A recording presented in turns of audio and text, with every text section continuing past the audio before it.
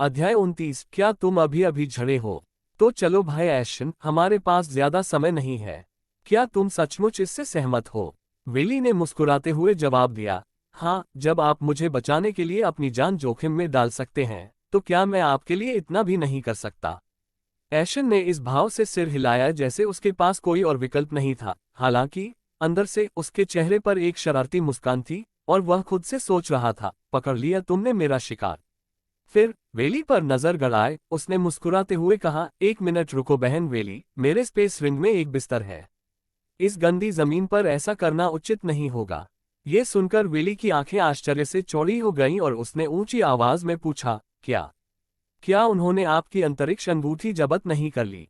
ऐशन ने बस मुस्कुराकर जवाब दिया और अपने लंबे बालों में हाथ फेरते हुए उसमें से एक खूबसूरत अंगूठी निकाली। वह अंगूठी उसके लंबे काले काले बालों में छिपी हुई थी।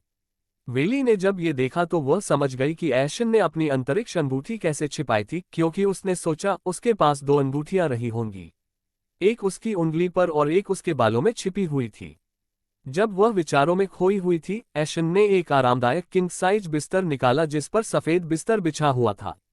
इस बीच वेली की आंखें चौड़ी हो गईं क्योंकि उसके मन में एक सवाल आया। भाई ऐशन, अगर आपके पास कोई अंतरिक्ष वलय है, तो क्या उसमें कोई टेलीपोर्टेशन ताबीज है? एशियन, जो पहले से ही अपना उत्तर देने के लिए तैयार था, ने दुखी स्वर में उत्तर देने से पहले अपना सिर हिलाया। नहीं बहन वेली, जैसा कि आप पहले से ही जानती हैं, मैं एक आम आदमी हूं, इसलिए मैं टेलीपोर्टेशन ताबीज नहीं खरीद सकता। अगर मुझे पता होता कि ऐसा होगा तो मैं इसे खरीद लेता, भले ही इसके लिए मुझे अपनी सारी संपत्ति बेचनी पड़ती। मुझे खेद है। जैसे ही उसने अपना उत्तर समाप्त किया, उसके चेहरे पर क्षमा याचना का भाव उभर आया, जिससे वेली ने उसे सांत्वना दी। नहीं भाई ऐशन, ये तुम्हारी गलती नहीं है। मेरा ऐसा मतलब नहीं था। मैं तो बस जिज्ञासावश पूछ रहा था। जैसे ही उसने बोलना समाप्त किया, बाहर से नेता की आवाज फिर आए, उन्हें ढूंढो मूर्खों। ये जानते हुए भी कि वे हमारे आसपास छिपे हैं, क्या यह इतना मुश्किल है? नेता की चीख सुनकर ऐशन और वेली के चेहरे पर चिंता भरी अभिव्यक्ति प्रकट हुई और वेली ने जल्दी में कहा, भाई ऐशन, हमें जल्दी करनी होगी, वे किसी भी समय इस गुफा को ढूंढ सकते हैं। ऐशन ने वेली के करीब जाने से पहले सिर हिलाया और उसे राजकुमारी की तरह अपनी बाहों में उठा लिया। वेली इस अचानक हुई कार्रवाई से आश्चर्यचकित हो गई और उसने घबराई हुई अभिव्यक्ति के साथ पूछा, भाई ऐशन, आप क्या कर रहे हैं? ऐशन ने उसकी घबराहट भरी अभिव्यक्ति को एक सौम्य मुस्कान के साथ देखा और जवाब दिया, कुछ नहीं बहन वेली, मैं आपको बिस्तर तक पहुंचने में मदद कर रहा हूं। शायद तुम्हें ऐसा करने की जरूरत नहीं है। मैं अपने आप चल सकता हूं। ये बहस करने का समय नहीं है बहन वेली, हमें इसे जल्दी खत्म करना होगा और इन अपहरणकर्ताओं से बचना होगा। वेली को उसका उत्तर उचित लगा और वह उसे उत्तर देने में असमर्थ थी। उसने चेहरे पर शर्म के भाव के साथ केवल सिर हिला दिया। कुछ ही देर में ऐशन को सावधानी से बिस्तर पर लिटा दिया गया। बहन वेली, क्या आप तैयार हैं? वेली ने उसका प्रश्न सुनकर अपने दिल की धड़कन तेज महसूस की। वह बहुत शर्मा गई और फिर उसने धीरे से मम कहकर सिर हिलाया। ऐशन ने उसकी घबराई हुई, शर्मिंदा और खूबसूरत छवि को अपने दिमाग में जलाते हुए उज्ज्वल मुस्कान दी। वेली इस समय बिस्तर पर अपनी बर्फ सी सफेद पोशाक में लेटी हुई बहुत ही आकर्षक लग रही थी। उसकी लंबी टांगें उसकी पोशाक से बाहर दिख रही थीं, जबकि उसकी पोशाक अभी भी पिछली बार हुई वीर्यपात के कारण गीली थी। उसकी रेशमी चिकनी त्वचा ने उसकी सुंदरता को एक अलग ही स्तर पर पहुंचा दिया। जब ऐशन ने उसकी सुंदरता की प्रशंसा कर ली, तो वह उसके चेहरे के करीब झुक गया और अपना हाथ वेली के सिर के पीछे ले गया। वेली ने जब देखा कि ऐशन उसके चेहरे के करीब आ रहा है तो उसने अनुमान लगाया कि वह क्या कहना चाह रहा है, क्योंकि उसने अपनी आंखें बंद कर ली थीं और अपने होठों से मुंह बना लिया था। वह अपने पहले चुंबन के लिए तैयार थी। हालांकि उसकी उम्मीद के विपरीत उसने महसूस किया कि उसके बालों के क्लिप खोल दिए गए हैं, जिससे उसके लंबे गुलाबी बाल खुल गए हैं। जैसे ही उसे ऐशन के इरादे समझ में आए, उसके चेहरे पर घबराहट के भाव उभर आए और उसने इस अपमानजनक क्षण से बचने के लिए अपना चेहरा छिपाने से पहले अपनी आंखें खोल लीं। आप इस समय बहुत सुंदर लग रही हैं, सिस्टर वेली, ऐशन ने उसके कानों में फुसफुसाते हुए कहा। झूठ बोलना बंद करो, वेली ने अपना चेहरा छिपाते हुए धीरे से कहा। मैं बिल्कुल झूठ नहीं बोल रहा हूं, तुम बहुत खूबसूरत लग रही हो। मेरे चेहरे को देखो, क्या ऐसा लग रहा है कि मैं तुमसे झूठ बोल रहा हूं? ये सुनकर वेली ने अपने हाथों के बीच से ऐशन के चेहरे पर झांका और उसके हाव भाव देखकर उसकी आंखें आश्चर्य से चौड़ी हो गईं। ऐशन के चेहरे पर एक चकित मुस्कान थी, मानो वह अभी मंत्रमुग्ध हो। उसे इस तरह देखकर वेली को साहस मिला और उसने एक बार फिर ऐशन को अपना चेहरा दिखाया। ऐशन ने उस पर मुस्कुराकर कहा और फिर उसके कान में फुसफुसाते हुए मोहक स्वर में पूछा, बहन वेली, क्या मुझे आगे बढ़ना चाहिए? लेकिन मुझे नहीं पता कि यह कैसे करना है। चिंता मत करो, मुझे सब पता है। उनके आश्वस्त करने वाले शब्द सुनकर वेली ने सहमति में सिर हिलाया और धीरे से बुदबुदाया, मम। ऐशन मुस्कुराया और आगे बढ़कर उसके माथे पर एक कोमल चुंबन दिया। तुम इतने तनावग्रस्त शरीर के साथ ऐसा नहीं कर सकते, मैं तुम्हें शांत करने में मदद करता हूं।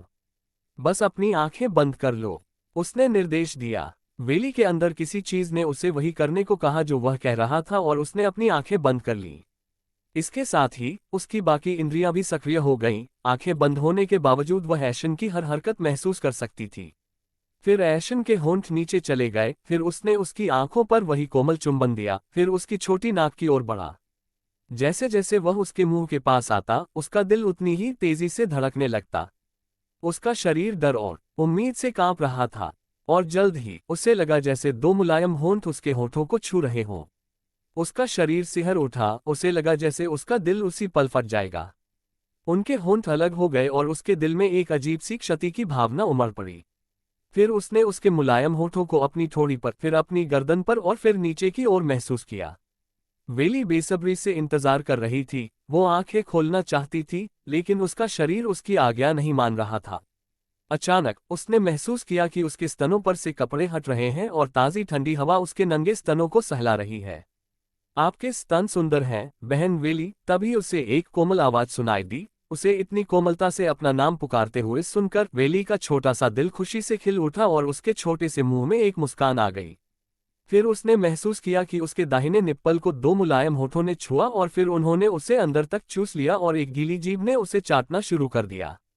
ऐसा लगा जैसे उसके शरीर में आनंद का एक झटका लगा हो और उसकी योनि उत्तेजना से कांपने लगी हो, मानो उसे पता हो और वह पूरी तरह से स्वीकार कर रही हो कि क्या होने वाला है। अन आन आन, वेली ने उन्हें नियंत्रित करने की कोशिश करते हुए धीमी आवाज में कराहें भरी। वह बाहर मौजूद अपहरणकर्ताओं को सचेत नहीं करना चाहती थी। तभी एक हाथ ने उसके दूसरे स्तन को मसलना शुरू कर दिया, जिससे उसके शरीर में एक और झटका लगा। उसके शरीर को इस विदेशी एहसास का एहसास होने लगा था, लेकिन अचानक दर्द और आनंद की एक और लहर ने उसके शरीर पर हमला कर दिया, क्योंकि उसने महसूस किया कि उसके बाएं निप्पल को उसकी उंगलियों से दबाया जा रहा है। उसका चेहरा लाल हो गया और उसकी छोटी बहन, जो पहले से ही बहुत संवेदनशील थी, और भी अधिक घबरा गई।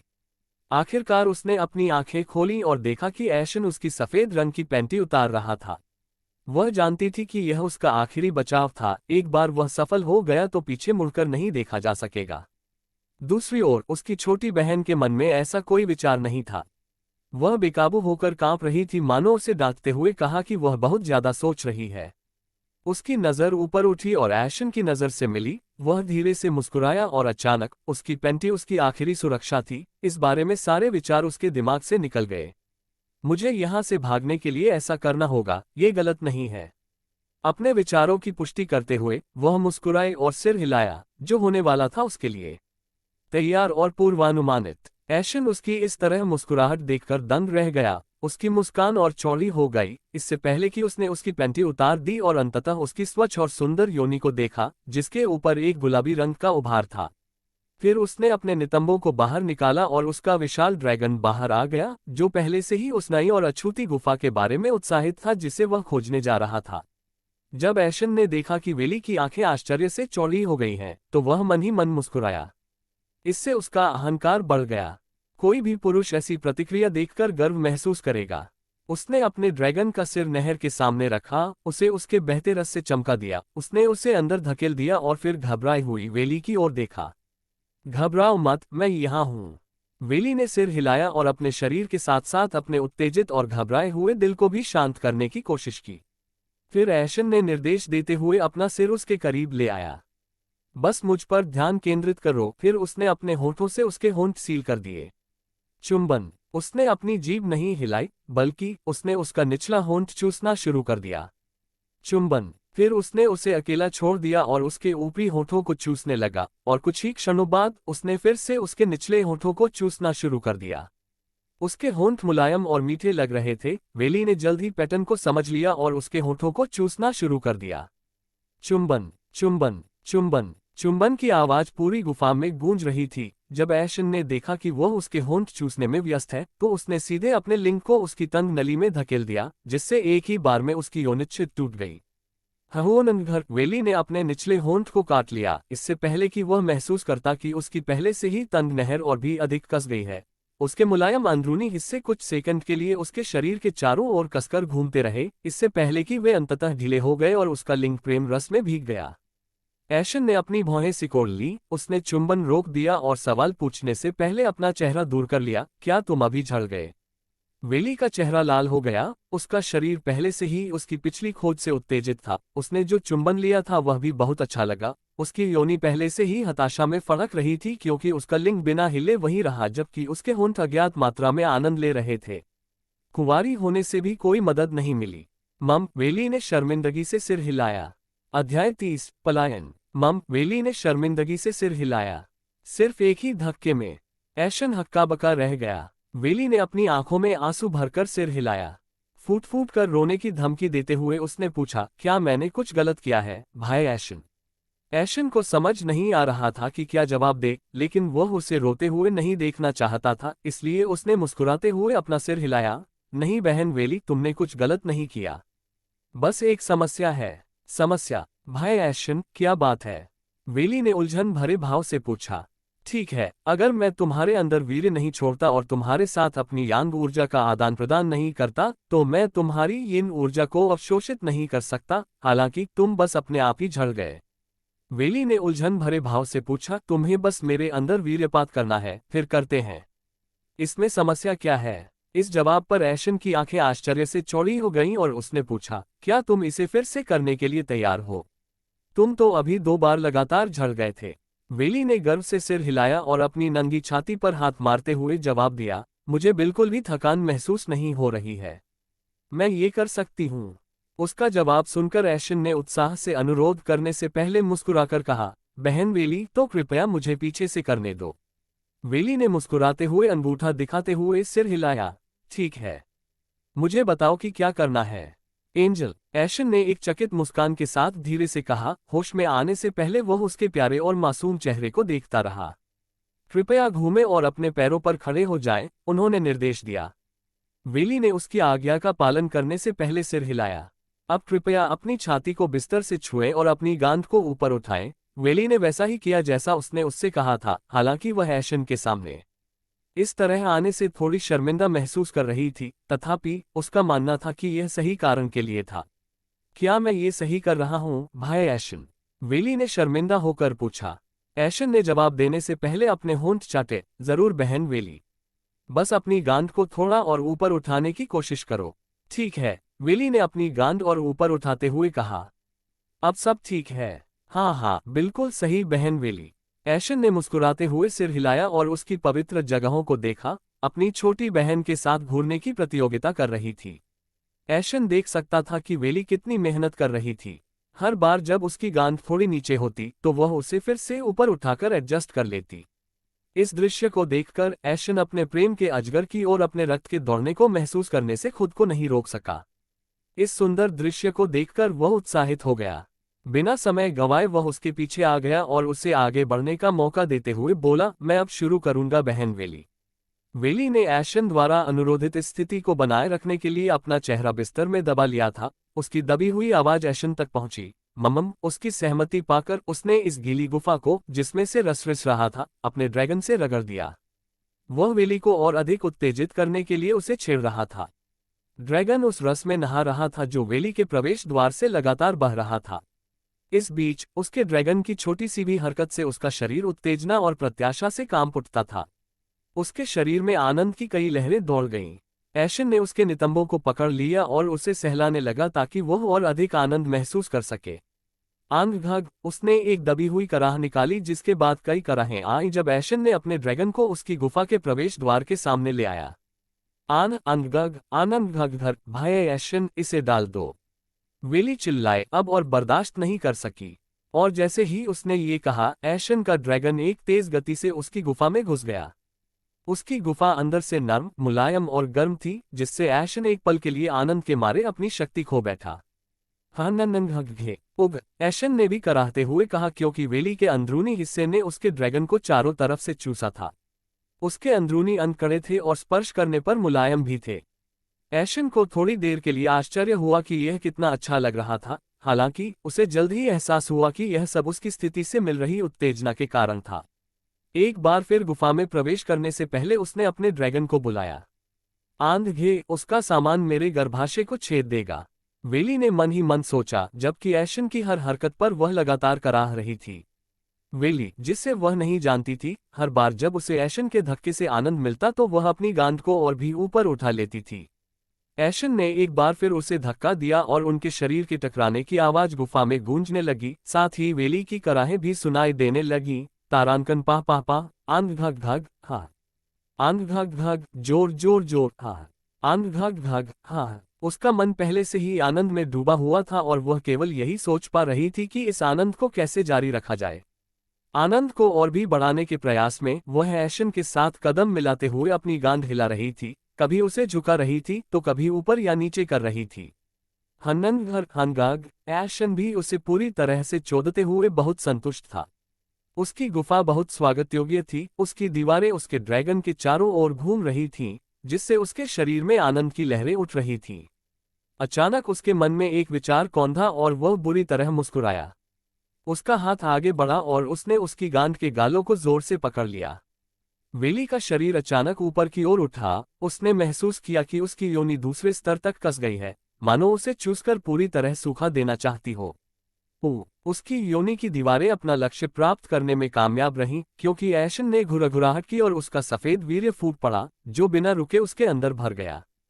हंग, मैं कम्मेनंग हूँ, वेली भी जोर से कराह उठी, उसका शरीर ऐंठ गया और वह फिर से झड़ गई। ऐशन का थका हुआ शरीर वेली के बगल में गिर गया। जैसे ही वह स्वाद का आनंद ले रहा था, उसके शरीर में भारी मात्रा में इन ऊर्जा प्रवाहित हुई और उसके सामने एक स्क्रीन दिखाई दी, जिसके साथ उसके दिमाग में एक ध्वनि भी थी, डिंग। हालांकि ऐशन ने इस प्रणाली की अनदेखी की और संप्रदाय तक पहुंचने के बाद इन संदेशों की जांच करने का निर्णय लिया। उसने अपनी कोमल निगाहें वेली पर गड़ा दी, जो थके होने के कारण मुस्कुराहट के साथ भारी सांसें ले रही थी। उसने पूछा, कैसा रहा सिस्टर वेली? क्या आपको ये पसंद आया? इस अप्रत्याशित प्रश्न पर वेली की आंखें चौड़ी हो गईं और उसने घबराई हुई अभिव्यक्ति के साथ पूछा, क्या मतलब है तुम्हारा? मैं तो बस इसलिए ऐसा कर रही थी क्योंकि हमारे पास और कोई विकल्प नहीं था। हालांकि ऐशन उसे जाने नहीं दे रहा था। उसने एक सौम्य मुस्कान के साथ कहा, तुम्हें मुझसे कुछ भी छिपाने की जरूरत नहीं है। तुम्हारी कराहें मुझे तुम्हारा जवाब बता चुकी हैं और सच कहूं तो मुझे भी बहुत मजा आया। काश मुझे यह अनुभव रोज मिल पाता। वेली शर्मा गई और अपने भाव छिपाने की कोशिश में उसने अपना चेहरा दूसरी तरफ घुमा लिया। उसका दिल सामान्य से ज्यादा तेजी से धड़क रहा था। नेताजी, इन झाड़ियों के पीछे कुछ है। मुझे लगता है कि वे यहाँ छिपे होंगे। बाहर से एक चीख आई, जिससे उन्हें वास्तविकता का एहसास हुआ। बहन वेली, हमें चलना चाहिए। हाँ, वे दोनों खड़े हो गए। ऐशन ने अंतरिक्ष वलय से अपनी अतिरिक्त संप्रदाय की वर्दी निकाली और वेली को दे दी। वेली ने संकोच किया, तथापि कोई अन्य विकल्प न देखकर पहनने से पहले ही उसे ले लिया। उसके कपड़े उसके ही रस में भीग गए थे, इसलिए वह अभी उन्हें नहीं पहन सकती थी। गुफा से बाहर निकलने से पहले ऐशन ने अपनी बर्फ जैसी सफेद पोशाक और गीली सफेद पैंटी उसके अंतरिक्ष वलय के अंदर रख दी। वे अब जाने के लिए तैयार थे। वे गुफा से बाहर झांकते हुए प्रवेश द्वार की ओर बढ़े। उनके सामने काले वस्त्र पहने उन लोगों का दृश्य दिखाई दिया जो दूसरी ओर झाड़ियों में खोजबीन कर रहे थे। इस बीच नेता गुफा के सामने खड़ा था। वे बिना लड़े बच नहीं सकते थे। ऐशन ने वेली की ओर सिर हिलाकर संकेत दिया कि अब बाहर निकलने का समय हो गया है। ऐशन गुफा से बाहर निकला, गुफा को ढकने वाली झाड़ियों से बाहर निकला। वेली उसके पीछे पीछे आ गई। वह उस पर बोझ नहीं बनना चाहती थी। नेता ने उन दोनों को कहीं से प्रकट होते देखा तो उसने अपने आदमियों को चिल्लाकर कहा, वे यहाँ हैं मूर्खों। वहां देखना बंद करो और उन्हें पकड़ो। उसकी चीख सुनकर उसके अधीनस्थों ने भी अपना ध्यान ऐशन और वेली की ओर लगाया और उन पर बुरी तरह मुस्कुराने लगे। आखिरकार हमें तुम दोनों मिल ही गए। क्या तुम्हें पता है कि तुम्हारी वजह से हमारा कितना समय बर्बाद हुआ? चिंता मत करो, हम तुम्हें सजा देने में अपना समय लेंगे। हे, नेता द्वारा हाथ उठाकर रोके जाने से पहले अधीनस्थों ने धमकी दी, बस अपना मुंह बेकार में चलाने के बजाय उन्हें पकड़ने पर ध्यान केंद्रित करें। उनके अधीनस्थों ने सिर हिलाया और एक स्वर में चिल्लाए, हाँ नेताजी। एशन और वेली के पास पहुंचकर उन्होंने युद्ध की मुद्रा अपना ली। इस बीच एशन अपने चेहरे पर मुस्कुराहट के साथ शांत रहा। उसने अपना हाथ उठाया और अपनी उंगली बाहर की ओर उठाई। ये देखकर काले वस्त्र पहने 3 व्यक्ति कुछ कदम पीछे हट गए और चिल्लाकर बताने लगे, सावधान, वह अपनी उंगलियों से किरणें निकाल सकता है। हमारे 2 साथी उस किरण से घायल हो गए थे और अब भी बेहोश हैं। क्या? काले वस्त्र पहने पुरुषों ने पूछा और वे भी वहीं रुक गए। इस बीच एशन अपनी उंगली को बाईं और दाईं ओर घुमा रहा था, मानो वह अपना लक्ष्य तय कर रहा हो। नेता ने देखा कि उसके अधीनस्थ आगे नहीं बढ़ रहे थे। एशियन और वेली के पुनः भाग जाने के भय से वह आगे आया और एशियन पर झपटने के लिए एक गतिशील कला का प्रयोग किया। हालांकि उसकी योजना विफल हो गई क्योंकि एशियन ने उसे देख लिया। उसने अपनी यिन ब्लॉसम किरण छोड़ी जो नेता के पैर में घुस गई। नेताजी, अधीनस्थों ने चिल्लाकर कहा जैसे ही उनमें घबराहट बढ़ने लगी। स्थिति का लाभ उठाते हुए एशियन और वेली भाग निकले। चूंकि अधीनस्थ इतने सदमे में थे कि उनका ध्यान उन पर नहीं गया, इसलिए वे उनसे दूर भागने में सफल रहे। इसके बाद आधे दिन में वे एक बार फिर फीनिक्स पंथ संप्रदाय तक पहुंचने में सक्षम हो गए। अध्याय 31, मुझे मेरे अंक चाहिए। एशन का कमरा, फीनिक्स पंथ संप्रदाय। हाँ, आखिरकार मेरा काम हो गया। एशन ने राहत की सांस ली और सीधा अपने बिस्तर पर गिर पड़ा। वह वेली को शियुए के पास छोड़कर अभी अभी अपने कमरे में लौटा था। उन्होंने वेली को पहले ही निर्देश दे दिया था कि वह शियू को यह न बताए कि वे कैसे बच निकले। अपने बिस्तर पर लेटे हुए उन्होंने सिस्टम की स्क्रीन पर देखा और उन संदेशों को पढ़ा जिन्हें उन्होंने कुछ समय के लिए नजरअंदाज कर दिया था। डिंग, होस्ट, आपने नायकाबी शियू को नायक हान यूजिन को अपना दुश्मन समझने में कामयाब कर दिया है। आपको 5000 खलनायक अंक मिले हैं। डिंग, होस्ट, आप भी परिवार और नायक हान यूजिन के बीच संबंध तोड़ने में सफल रहे हैं। आपको 5000 खलनायक अंक मिले हैं। डिंग, होस्ट, आपने नायक हान यूजिन की मुश्किलें सफलतापूर्वक बढ़ा दी हैं। आपको 5000 विलेन पॉइंट्स मिले हैं। डिंग, होस्ट, आप हीरोइन बी वेली की वर्जिनिटी छीनने में कामयाब हो गए हैं। आपको 20,000 विलेन पॉइंट्स मिलेंगे। डिंग, होस्ट, आपने नायक की किस्मत को सफलतापूर्वक कम कर दिया है। आपको 8000 खलनायक अंक मिले हैं। कुछ अन्य सूचनाएं भी थीं, हालांकि उन्होंने केवल सैकड़ों में खलनायक अंक प्रदान किए, इसलिए एशियन ने उन्हें छोड़ दिया। एक नजर डालने के बाद उसने अपनी स्थिति विंडो को बुलाया। स्थिति विंडो नाम, फैंग एशन, आयु 20 वर्ष। खलनायक अंक 49,300। साधना, नवजात आत्मा क्षेत्र का प्रथम चरण। खेती की तकनीक, कोई नहीं कौशल, martial fist, crescent moon swirl, 0 piercer thrust, windwalk, stone sentinel barrier, shadowmail, phoenix flame fist, blazing wings तकनीक, phoenix rebirth stance, yin finger blossom beam. रक्तरेखा, निष्क्रिय शारीरिक बनावट, निष्क्रिय पहली आत्मा, 2 सिर वाला आकाश ज्वाला वाइपर, 2 सितारा, 9 सिर वाला भक्षक ड्रैगन, निष्क्रिय दूसरी आत्मा, रूई जिंगू बैंग, 8 सितारा, कमजोरियां, कोई नहीं, हम। 49,300 अंक। एशन ने ये सोचते हुए धीरे से कहा कि इसे किस चीज पर खर्च किया जाए। मुझे आश्चर्य है कि मूल क्षेत्र तक आगे बढ़ने में कितना खर्च आएगा। ये सोचकर उन्होंने सिस्टम से पूछने का निर्णय लिया, सिस्टम, अब मुझे मूल क्षेत्र में आगे बढ़ने के लिए कितने अंक चाहिए? इससे पहले उसे मूल क्षेत्र में आगे बढ़ने के लिए 50,000 खलनायक अंकों की आवश्यकता थी, हालांकि यह उसकी दूसरी आत्मा को जागृत करने से पहले की बात थी। अपनी नई 8 स्टार भावना के साथ उन्हें यकीन था कि कीमत कम हो जाएगी, जैसा कि सिस्टम द्वारा पहले ही सूचित किया जा चुका है। डिंग, होस्ट, आपको मूल क्षेत्र के पहले चरण में आगे बढ़ने के लिए 15,000 खलनायक बिंदुओं की आवश्यकता है। हालांकि ये शक्तिशाली प्रणाली आपको मूल क्षेत्र के 9वें चरण में अपनी खेती को आगे बढ़ाने की सलाह देती है। ये तो समझ में आता है। ठीक है, मुझे बताओ कि 9वें चरण तक आगे बढ़ने के लिए मुझे कितने अंक चाहिए? एशियन ने सिस्टम से सहमति में सिर हिलाते हुए निर्देश दिया। जहां तक इस सुझाव के कारण का प्रश्न है, तो वह अपने शरीर की स्मृतियों के कारण पहले से ही यह जानता था। ऐसा मूल क्षेत्र की कार्यप्रणाली के कारण था। पिछले लोकों की तरह इसमें भी 9 चरण हैं, हालांकि इस लोक में प्रत्येक चरण आपकी शक्ति को बहुत बड़े अंतर से बढ़ाता है। मूल अवस्था तक आगे बढ़ने पर आप आसपास से क्यूई को अवशोषित करना शुरू कर सकते हैं। चूंकि यह क्षेत्र आपको क्यूई का उपयोग करने की अनुमति देता था, इसलिए इससे साधक की शक्ति में भारी वृद्धि होती थी। पिछले 3 लोकों के किसी भी साधक के पास मूल लोक के साधक को हराने का कोई मौका नहीं था। साधक अपने डेंटियन को खोलकर इस क्षेत्र में आगे बढ़ सकता है और वह मूल क्षेत्र के प्रथम चरण तक पहुंच जाएगा। अगले 8 चरणों के लिए साधक प्रत्येक चरण में अपनी 8 महान मेरिडियनों को खोलकर आगे बढ़ता है। मनुष्य जिन मेरिडियन मार्गों के साथ जन्म लेता है वे बहुत पतले होते हैं तथा बहुत अधिक घुमावदार होते हैं। वे आध्यात्मिक क्यूई की उच्च गति और घनत्व को सहन करने में सक्षम नहीं हैं। इस कारण यदि आप साधना के अगले चरण में आगे बढ़ेंगे तो आपका शरीर सचमुच फट जाएगा। अब किसी व्यक्ति के डेंटियन और मेरिडियन को खोलने में आसानी के लिए आत्मा कैसे जिम्मेदार थी? अब इसमें कम अंक क्यों लगे? ऐसा इस तथ्य के कारण था कि उच्च स्तर की आत्मा वाला साधक आसपास से बड़ी मात्रा में क्यूई को अवशोषित और नियंत्रित कर सकता था। आप जितनी अधिक मात्रा में क्यूई को अवशोषित और नियंत्रित कर सकते हैं, आपके लिए मूल क्षेत्र में आगे बढ़ना और अपने मेरिडियन को खोलना उतना ही आसान होगा। चूंकि इस स्तर से साधक ची का प्रयोग करना शुरू कर देता है, इसलिए मूल क्षेत्र और कोर निर्माण क्षेत्र के साधकों को मध्यवर्ती उच्च स्तरीय साधक के रूप में जाना जाता था। इसका मतलब यह है कि उन्होंने अपनी वास्तविक साधना शुरू कर दी थी और अब वे नौसिखिए नहीं थे। पहले 3 लोक साधकों को प्रारंभिक साधक के रूप में जाना जाता है तथा उन्हें संप्रदायों में अलग अलग शिक्षा दी जाती है। यही कारण था कि ऐशन को संप्रदाय में किसी भी मूल क्षेत्र के शिष्य से मुलाकात नहीं हुई थी। एक बार जब कोई शिष्य मूल क्षेत्र में आगे बढ़ जाता था तो वे दूसरी पीढ़ी के शिष्य बन जाते थे। दूसरी पीढ़ी के शिष्यों को एक गुरु के अधीन एक शिखर पर जाना पड़ता था और वहीं रहना पड़ता था। फीनिक्स पंथ संप्रदाय में कई शिखर थे और एक गुरु इसका नेतृत्व करता था।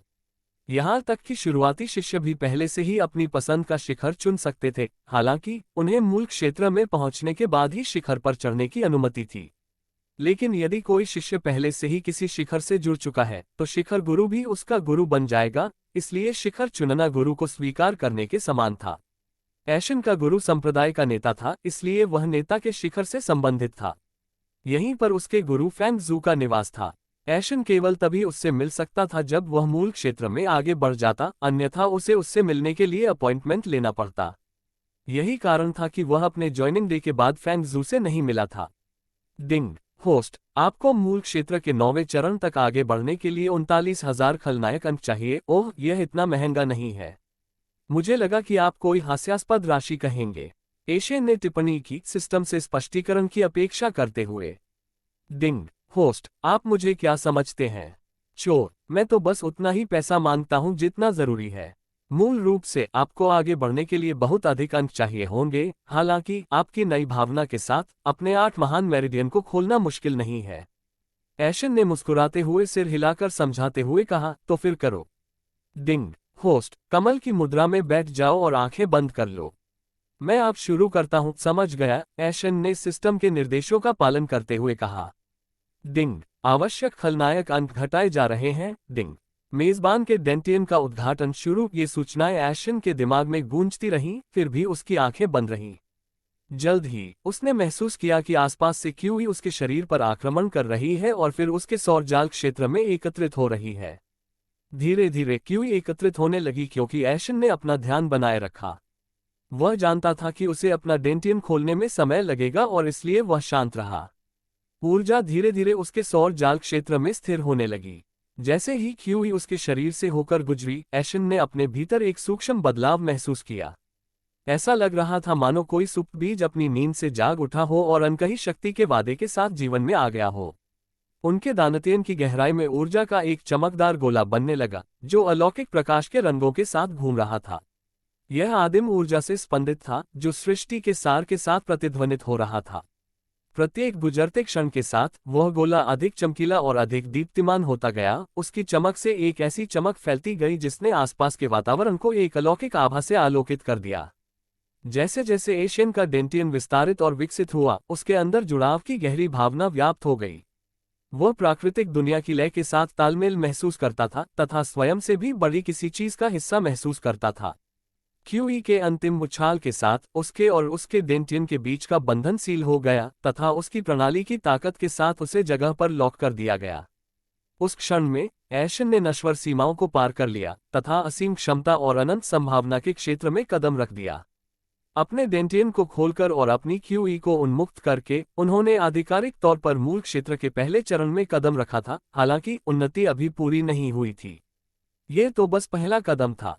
इसके बाद उनकी 8 महान मध्याह्न रेखाएं थीं। प्रत्येक गुजरते क्षण के साथ उसने महसूस किया कि क्यूई उसके भीतर एक विशाल नदी की तरह बह रही है, उसकी नसों में बह रही है और उसके अस्तित्व के हर रेशे में व्याप्त हो रही है। एक एक करके प्रणाली ने उसकी सुप्त शिरोबिंदुओं को जागृत करना शुरू कर दिया तथा उसे मूल क्षेत्र के अगले चरणों की ओर अग्रसर किया। दूसरा चरण, तीसरा चरण, 8वां चरण। प्रत्येक खुलते हुए मेरिडियन के साथ ऐशन को अपने अंदर शक्ति का एक उछाल महसूस होता था जो उसे उत्साह और आश्चर्य की भावना से भर देता था। वह इस अनुभूति का आनंद उठा रहा था, जीत का मीठा स्वाद चख रहा था और अपने अंतरतम के रहस्यों को खोल रहा था। 9वां चरण। जैसे ही 8 महान मेरिडियनों में से अंतिम मेरिडियन जीवंत हो उठा, ऐशन ने अपनी आंखें खोली और दुनिया को नई स्पष्टता के साथ देखा। ऐशन ने अपने हाथों और शरीर को देखा जो क्यूई और शक्ति से भरपूर था। इसके बाद संतुष्ट मुस्कान के साथ वह अपने बिस्तर से उठ खड़ा हुआ। वह अपनी नई शक्ति का परीक्षण करना चाहता था, हालांकि वह जानता था कि यह सही समय नहीं था। खलनायक अंक 10,300। ऐशन ने अपने शेष खलनायक अंकों को देखा और कुछ प्रश्नों पर विचार किया। वह बुद्धिमान था और उसका दिमाग 1 मिनट के लिए भी सोचना बंद नहीं करता था। उन्होंने हर परिदृश्य पर विचार किया और कम से कम ये तो नहीं समझ पाए कि उन्हें खलनायक अंक कैसे दिए गए। वह समझता था कि उसे खलनायकी के काम करने हैं, हालांकि वह इस तथ्य के कारण भ्रमित था कि उसके अधिकांश कार्यों को सिस्टम द्वारा लगभग नजरअंदाज कर दिया गया था। उन्हें केवल बड़ी चीजों के लिए ही पुरस्कृत किया जाता था, इसलिए उन्होंने सीधे सिस्टम से पूछने का निर्णय लिया। सिस्टम, मुझे समझाओ कि तुम मुझे खलनायक अंक कैसे देते हो। मैंने जो भी कड़ी मेहनत की है उसके बदले मुझे अंक नहीं मिले हैं। मुझे मेरे पॉइंट्स चाहिए। अध्याय 32। इसमें कितने अंक लगेंगे। ऐशन का कमरा, फीनिक्स पंख संप्रदाय, डिंग। मेजबान, मैंने आपको सही ढंग से पुरस्कृत किया है, हालांकि ऐसा लगता है कि मैं आपको ठीक से सिखाने में विफल रहा हूं। लो, मैं तुम्हें बताता हूं कि ये दुनिया कैसे चलती है। मुझे यकीन है कि इससे तुम्हारे सारे शक दूर हो जाएंगे। ऐशन ने बैठने से पहले सिर हिलाया और सिस्टम को ध्यान से सुनने लगा। वह यह समझने के लिए तैयार था कि यह सब कैसे काम करता है। डिंग। होस्ट, यह दुनिया निष्पक्ष है और सबको अवसर देती है। अगर ये किसी को कुछ देती है तो बदले में उससे कुछ लेती भी है। सबसे पहले मैं आपको बता दूं कि इस संसार में भी एक चेतना है और वह निर्णय ले सकती है। इस चेतना को सामान्यतः संसार की इच्छाशक्ति कहा जाता है। इस संसार की इच्छाशक्ति इस संसार में सब कुछ देखती है और सब कुछ जानती है। अब हर कोई कुछ भाग्य के साथ पैदा होता है और मुख्य पात्रों के पास दूसरों की तुलना में अधिक भाग्य होता है, जिससे वे दुनिया की इच्छा के अनुकूल बन जाते हैं। ये शक्तिशाली प्रणाली उनके भाग्य को भाग्य अंकों में मापती है। किसी नायक के पास जितने अधिक भाग्य अंक होंगे, उसके प्रयासों में सफल होने और अधिक ऊंचाइयों को प्राप्त करने की संभावना उतनी ही अधिक होगी। दुनिया इन नायकों को उनके भाग्य अंकों के बदले में मदद करेगी। अपने भाग्य बिंदुओं को खर्च करके यह उन्हें आकस्मिक मुठभेड़ों या मृत्यु की स्थितियों से बचने में मदद करता है। इसलिए आपको ये समझना होगा कि दुनिया उस नायक की मदद नहीं करेगी जिसने पहले ही अपना भाग्य खर्च कर दिया हो। आप केवल उसी नायक को मार सकते हैं जिसने पहले ही अपना भाग्य शून्य कर लिया हो, अन्यथा दुनिया उन्हें आपके हमले से बचने में मदद करेगी। हालांकि आप हमेशा उन पर हमला करके उनकी किस्मत को शून्य कर सकते हैं। ऐशन ने सिर हिलाया, जिससे उसे आगे सुनने से पहले मुख्य पात्रों की बेहतर समझ प्राप्त हुई। मेजबान, अब आपकी भूमिका के बारे में। जैसा कि मैंने आपको पहले ही बताया है, इस दुनिया में असंख्य नायक हैं, परंतु खलनायक पर्याप्त नहीं है। खलनायक के बिना नायक चमक नहीं सकता या उसे मजबूत बनने की प्रेरणा नहीं मिल सकती। इसलिए इस दुनिया ने आपको उस भूमिका को पूरा करने के लिए बुलाया और मुझे आपका साथी बना दिया। आप मुझे एक व्यापारी के रूप में सोच सकते हैं जो खलनायक अंक के बदले में आपको सामान बेच सकता है। यदि आप अपने खलनायकी कार्यों से नायक के भाग्य अंक को प्रभावित करते हैं या नायक के लिए समस्याएं पैदा करते हैं तो आपको खलनायक अंक प्राप्त होते हैं। भाग्य अंक और खलनायक अंक एक समान नहीं हैं। इनका मूल्य अलग अलग होता है। आपको मिलने वाले खलनायक अंक आपके द्वारा की गई खलनायक कार्रवाई की गंभीरता पर निर्भर करते हैं। यदि आपका कृत्य भविष्य में नायक के लिए कठिनाइयां पैदा करेगा या उसे बाधा पहुंचाएगा, तो आपको खलनायक अंक मिलेंगे। आप नायक की भावनाओं को भड़काकर भी थोड़ी मात्रा में खलनायक अंक प्राप्त कर सकते हैं, हालांकि ये बहुत कम होगा। अंत में आपको बड़ी मात्रा में खलनायक अंक प्राप्त करने के लिए नायक के विरुद्ध वास्तविक खलनायक कृत्य करने होंगे। ऐशन ने ध्यानपूर्वक सुनने के बाद अपना मुंह खोला और हैरान भाव से पूछा, मैं समझती हूँ, लेकिन एक नायिका इन सब में कैसे फिट बैठती है। डिंग। होस्ट, नायिका सिर्फ वह नहीं होती जो नायक की प्रेमिका हो। वह सुंदरता और भाग्य के साथ एक चुनी हुई व्यक्ति है। हर नायिका के पास बहुत अधिक भाग्य होता है, हालांकि इसकी तुलना नायक से नहीं की जा सकती। यदि कोई नायिका किसी नायक का समर्थन कर रही है या उससे प्रेम करती है, तो इससे नायक का भाग्य बढ़ता है। इसलिए आप देखेंगे कि नायक विभिन्न नायिकाओं से मुठभेड़ करेगा और उनका पीछा करेगा। ये सिर्फ दुनिया है जो उसे अधिक भाग्य प्राप्त करने में मदद कर रही है। यदि आप नायक से नायिका छीन लेते हैं तो आपको खलनायक अंक भी प्राप्त होते हैं, क्योंकि आपने उसके भविष्य और वर्तमान भाग्य अंकों को नुकसान पहुंचाया है। इसलिए अगर तुम जा सकते हो तो नायिकाओं को छीन लो, क्योंकि यह भी एक खलनायक का काम है। एशन ने सिस्टम की जानकारी को ध्यानपूर्वक सुना और पूरी स्थिति को समझा। हालांकि सिस्टम से पूछते ही उसके दिमाग में एक और सवाल कौन था, अगर मैं किसी नायिका को अपने प्यार में डाल दूं तो क्या होगा? और जिरन का क्या होगा? वह नायिका थी लेकिन अब नहीं है। क्या उसे मुझसे प्यार हो जाना भी मायने रखेगा?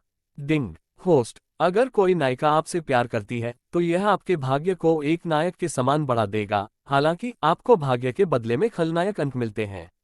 अब आपको कितने खलनायक अंक मिलेंगे ये नायिका के भाग्य पर निर्भर करेगा। इसके अलावा जैसे जैसे उसकी ताकत बढ़ेगी उसका भाग्य भी बढ़ेगा। आपको हर 2 महीने में उन नायिकाओं के अनुसार खलनायक अंक मिलेंगे जो आपसे प्यार करती हैं। ये सुनकर एशन की आंखें आश्चर्य से चौड़ी हो गईं। क्या इसका मतलब यह नहीं था कि अगर उसके पास पर्याप्त नायिकाएं हो तो वह बिना कुछ किए बैठे रहकर भी मजबूत बन सकता है?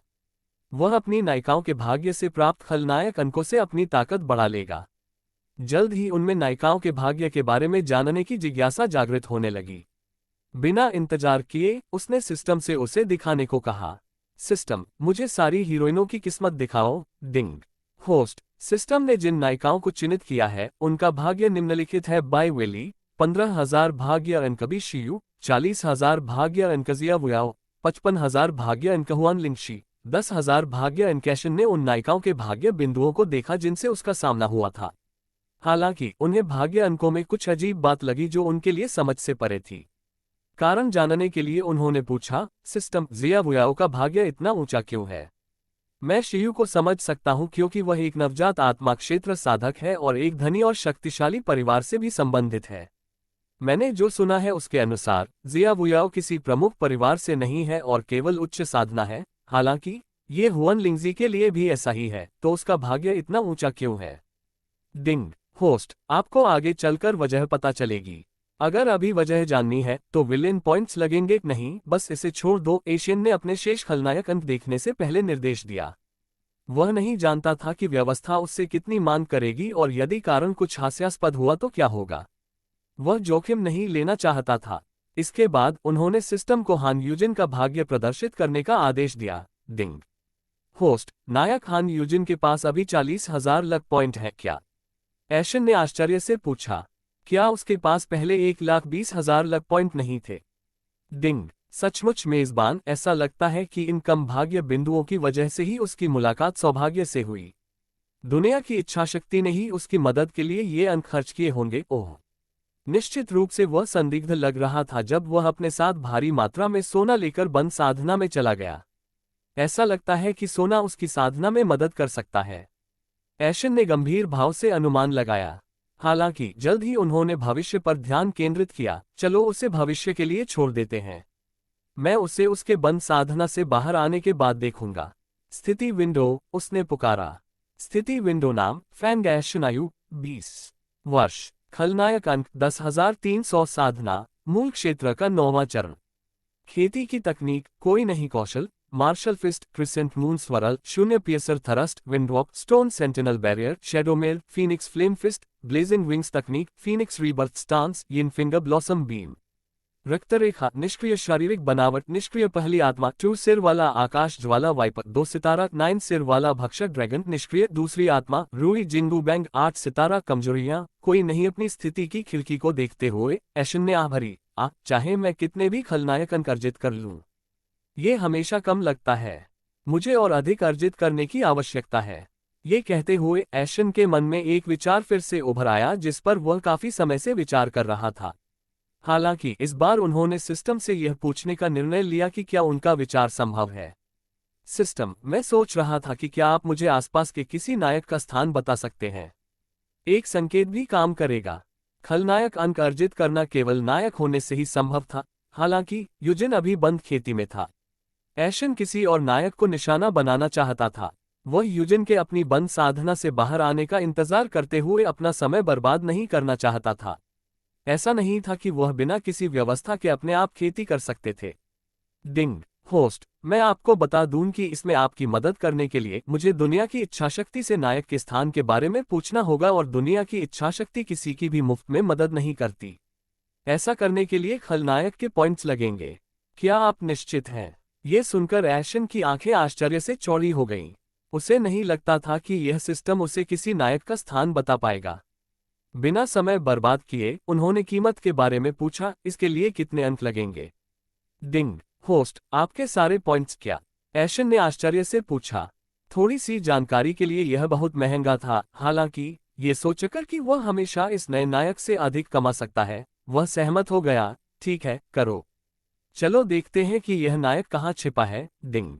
होस्ट, 1 मिनट रुकिए, मुझे पूछने दीजिए। कुछ क्षणों के बाद सिस्टम एक संदेश के साथ लौटा। डिंग।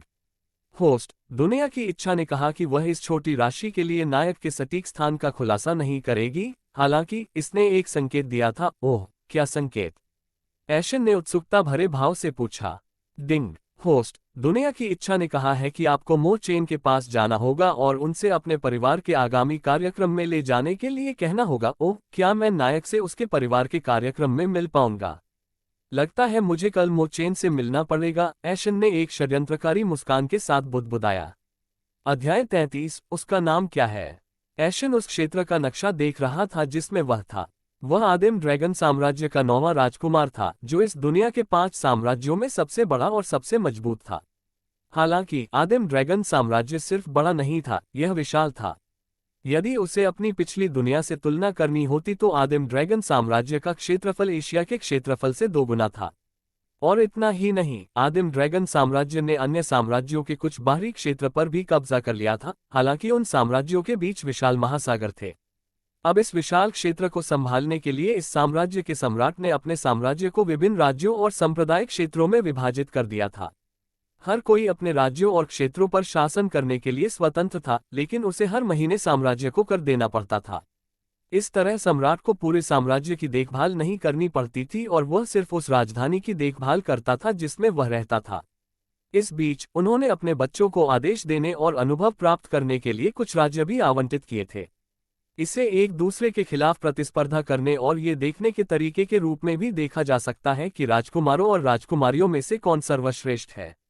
वह क्षेत्र जहां फीनिक्स पंख संप्रदाय स्थित था, साम्राज्य के दक्षिणी भाग में था। यही कारण था कि कई लोग इस क्षेत्र को शीर्ष 10 संप्रदायों के साथ सामूहिक रूप से दक्षिणी साम्राज्य भी कहते थे। शीर्ष 10 संप्रदाय एक दूसरे से बहुत दूर थे तथा अलग अलग राज्यों में स्थित थे। एक राज्य में अधिकतम 3 शीर्ष संप्रदाय होते थे, जबकि कम से कम एक संप्रदाय एक राज्य में स्थित होता था। किसी संप्रदाय की आवश्यकताओं की पूर्ति के लिए राज्य का बड़ा होना आवश्यक था। फीनिक्स पंख संप्रदाय ऐसे ही एक राज्य में स्थित था जिसे ग्रेट जिया के राज्य के नाम से जाना जाता था। संक्षेप में लोग इसे जिया साम्राज्य कहते हैं। फीनिक्स पंख संप्रदाय वास्तव में जिया साम्राज्य को 2 अन्य शीर्ष संप्रदायों के साथ साझा करता था। हालांकि वे आत्मा जानवरों के घने जंगल के दूर के हिस्से में थे। आत्मा जानवरों का झुरमुट जिया साम्राज्य के केंद्र में स्थित था, इसलिए यह सुनिश्चित किया गया कि शीर्ष संप्रदाय एक दूसरे के साथ नहीं लड़ेंगे। अगर एशन अपनी पिछली दुनिया से इसकी तुलना करे तो जिया साम्राज्य रूस के आकार का लगभग आधा होगा। हालांकि चूंकि वहां बर्फ से ढकी कोई जमीन नहीं थी, इसलिए वहां रूस की तुलना में रहने योग्य क्षेत्रफल ज्यादा था। अब जिया राज्य में कई छोटे शहर और बड़े शहर थे। हालांकि एशन की उनमें कोई रुचि नहीं थी, क्योंकि उनका ध्यान फीनिक्स फेदर संप्रदाय के आसपास के क्षेत्र पर अधिक था। फीनिक्स पंख संप्रदाय के पास कई छोटे संप्रदाय थे जिनके चारों ओर कई छोटे समतल शहर थे। जब एशन को उस क्षेत्र के बारे में पता चला जिसमें वह था, तो उसने बाहर जाने से पहले नक्शा बंद कर दिया। मो चेन का कमरा, मो चेन की हवेली। महाराज, आपकी योजना सफल रही। जब आप ही इसके मास्टरमाइंड थे, तब आपने स्वयं को उद्धारकर्ता के रूप में प्रस्तुत किया। ये देखकर मैं आश्चर्यचकित हूँ। अब मुझे यकीन है कि आप भी शियू के करीब आ सकेंगे और उसे आपसे प्यार करवा सकेंगे। मो चेन ने एशियन के सामने झुककर प्रशंसा की, जो अपनी हवेली के अंदर कुर्सी पर बैठकर चाय पी रहा था। ये वह योजना थी जो एशियन ने मो चेन को बताई थी। उसने उससे कहा कि वह भी शियू को जीतना चाहता है और उसे अपने साथ ले जाना चाहता है। मो चेन ने शियू से छुटकारा पाने की उसकी योजना पर तुरंत सहमति दे दी। उसने सोचा कि अगर शियू को एशियन ले जाए तो वह वेली का दिल जीत सकेगा और उससे शादी कर सकेगा। अभी वह इस तथ्य से अनजान था कि एशियन पहले ही वेली का कौमार्य छीन चुका था और उसे भी छीनने की योजना बना रहा था। जाहिर है एशियन इस बात को स्वीकार नहीं करने वाले थे, क्योंकि उन्होंने अपनी प्रशंसा को मुस्कुराकर स्वीकार कर लिया। मो चेन ने एशियन की पर्याप्त प्रशंसा करने के बाद उससे वो प्रश्न पूछने का निर्णय लिया जो उसके मन में था।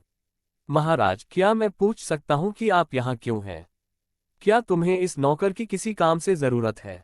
एशियन ने चाय का कप नीचे रखने से पहले उसकी ओर सिर हिलाया और शांत तथा गरिमापूर्ण भाव से बोली, मो चेन, मैं आपके परिवार के आगामी कार्यक्रम के बारे में जानना चाहता हूँ। मो चेन ने एशियन के इस अनुरोध पर उलझन भरी अभिव्यक्ति करते हुए पूछा, महाराज, मेरे परिवार में अगले 4 महीनों तक कोई कार्यक्रम नहीं है।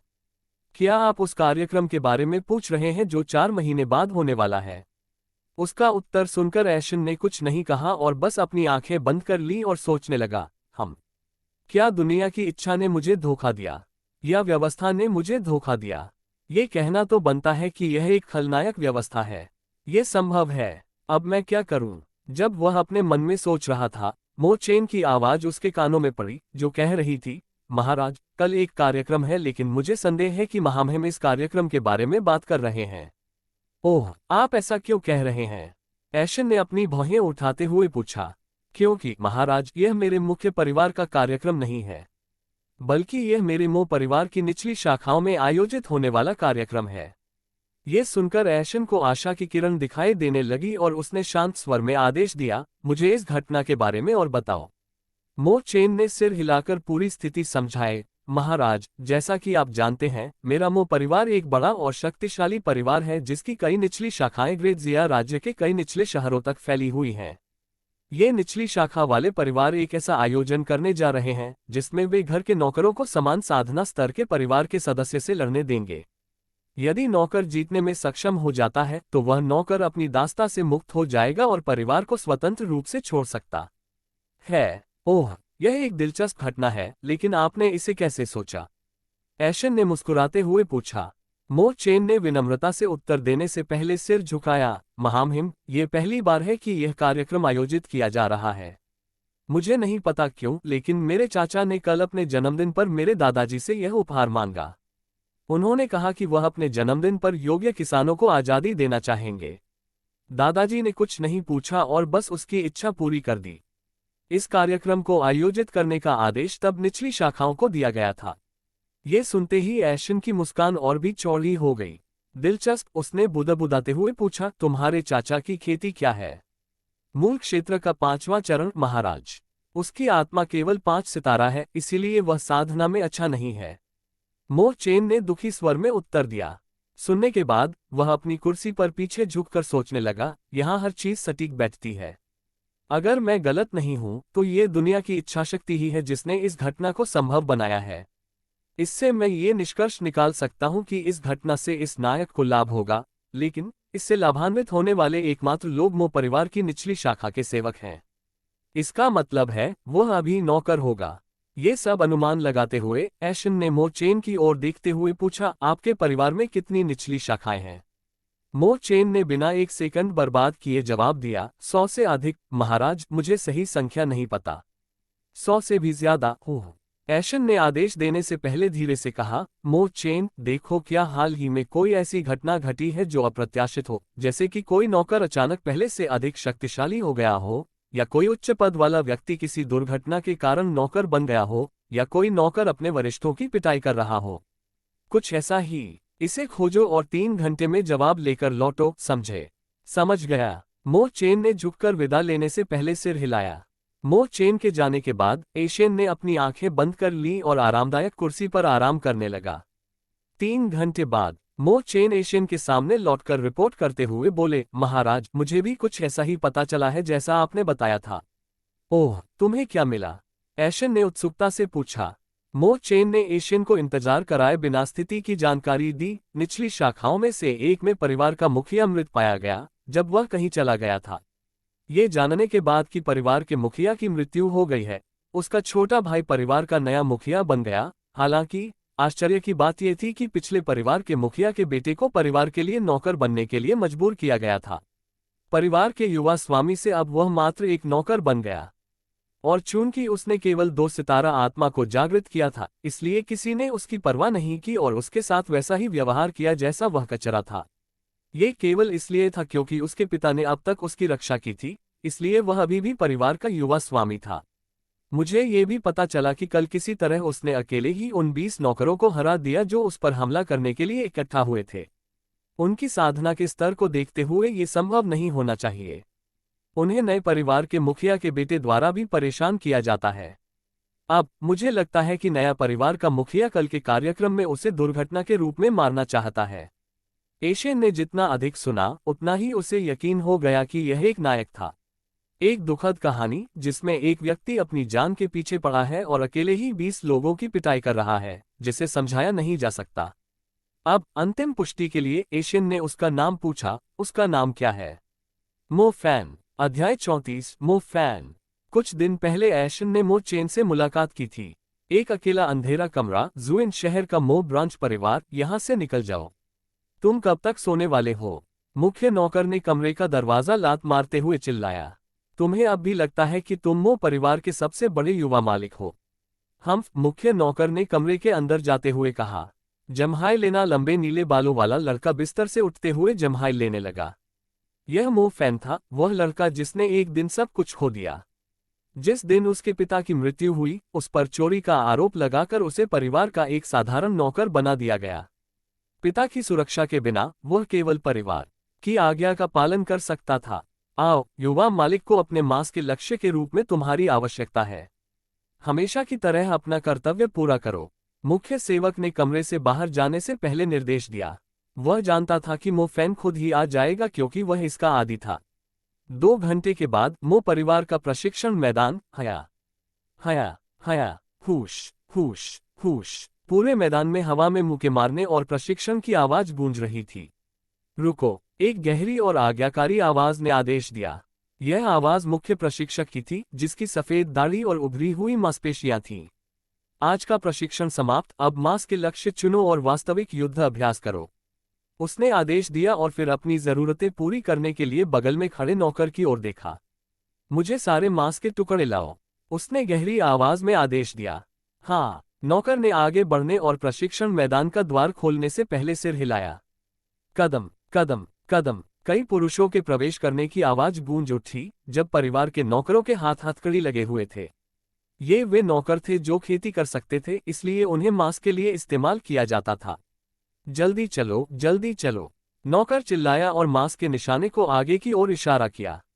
मो फैन भी मांस के निशाने पर था और यह बात परिवार के सदस्यों से छिपी नहीं थी। क्या वह मो फैन नहीं है? अभी भी जीवित है। हे, हर बार जब मैं पूर्व युवा मास्टर को हराता हूं, तो मुझे कहीं न कहीं से विदेशी ताकत मिल जाती है।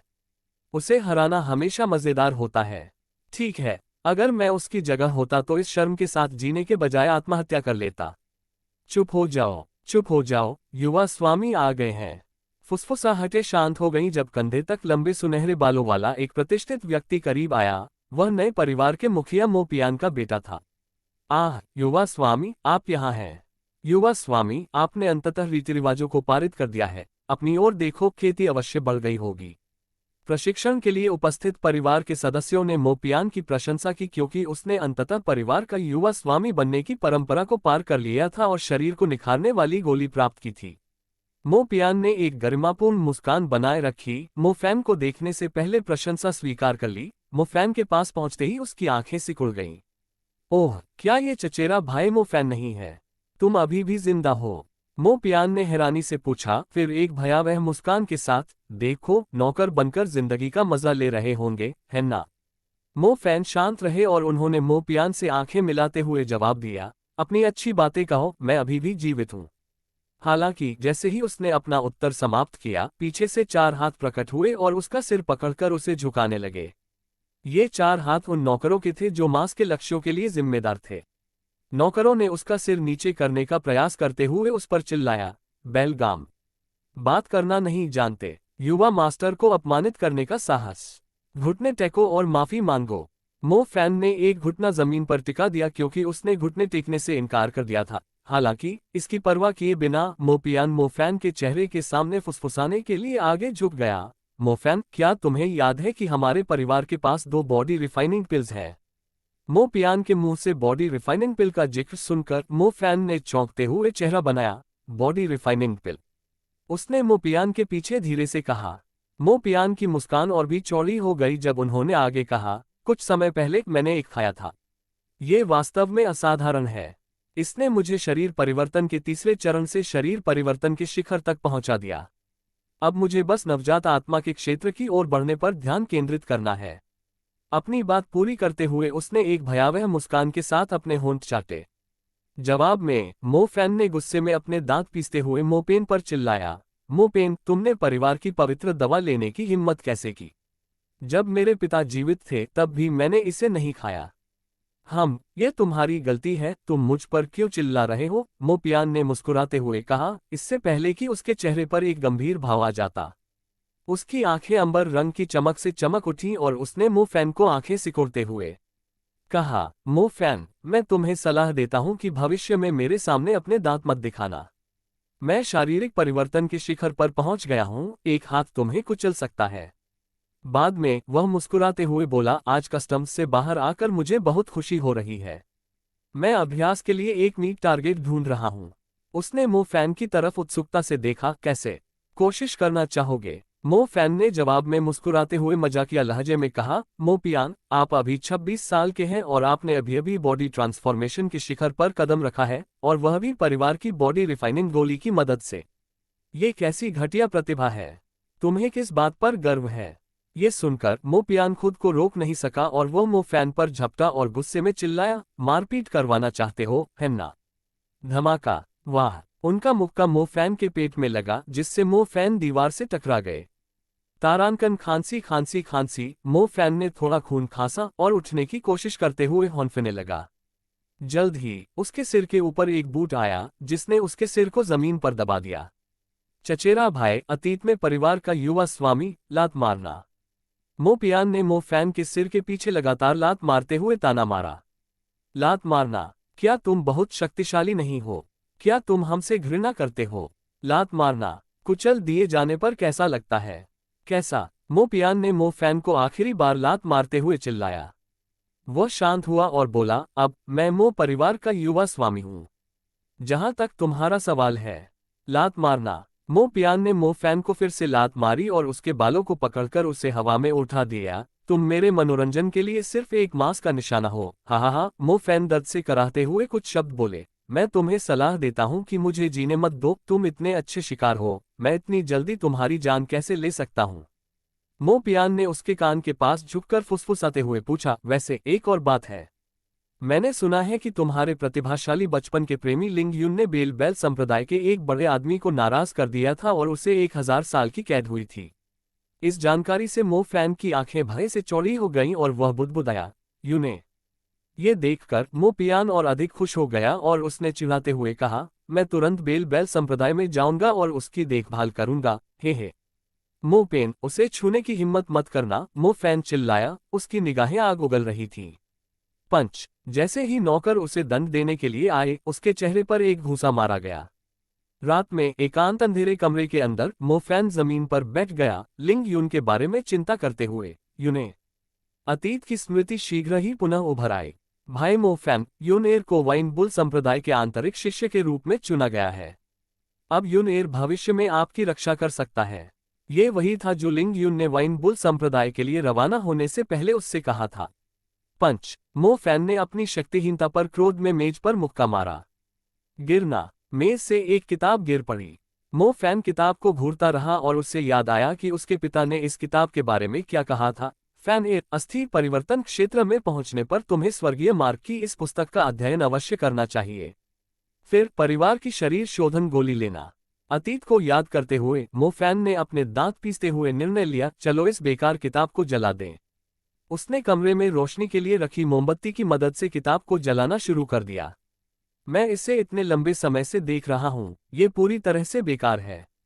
उसने मन ही मन सोचा, हालांकि जल्द ही उसकी आंखें चौड़ी हो गईं क्योंकि आग से ढकी किताब के पन्ने उसके चारों ओर तैरने लगे। वह खड़ा हुआ और चारों ओर देखने लगा, यह क्या है?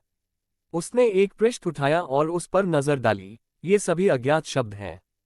हालांकि जैसे ही उसने ये कहा, पृष्ठ कई भागों में विभाजित हो गया और उसके हाथ से निकल गया। क्या हो रहा है? उसने पूछा और जल्द ही पन्ने उसकी ओर झपट पड़े। वह इस दृश्य को देखकर घबरा गया, लेकिन स्थिति को संभालने के लिए कुछ नहीं कर सका, क्योंकि पन्ने उसके शरीर से चिपकने लगे थे। उसके कपड़े जलने लगे और पन्ने जल्द ही उसके शरीर से चिपक गए। यह क्या बकवास है? मेरे शरीर से बाहर निकल जाओ! उसके शब्द अनसुने रह गए क्योंकि अंतिम पृष्ठ उसके माथे से चिपक गया।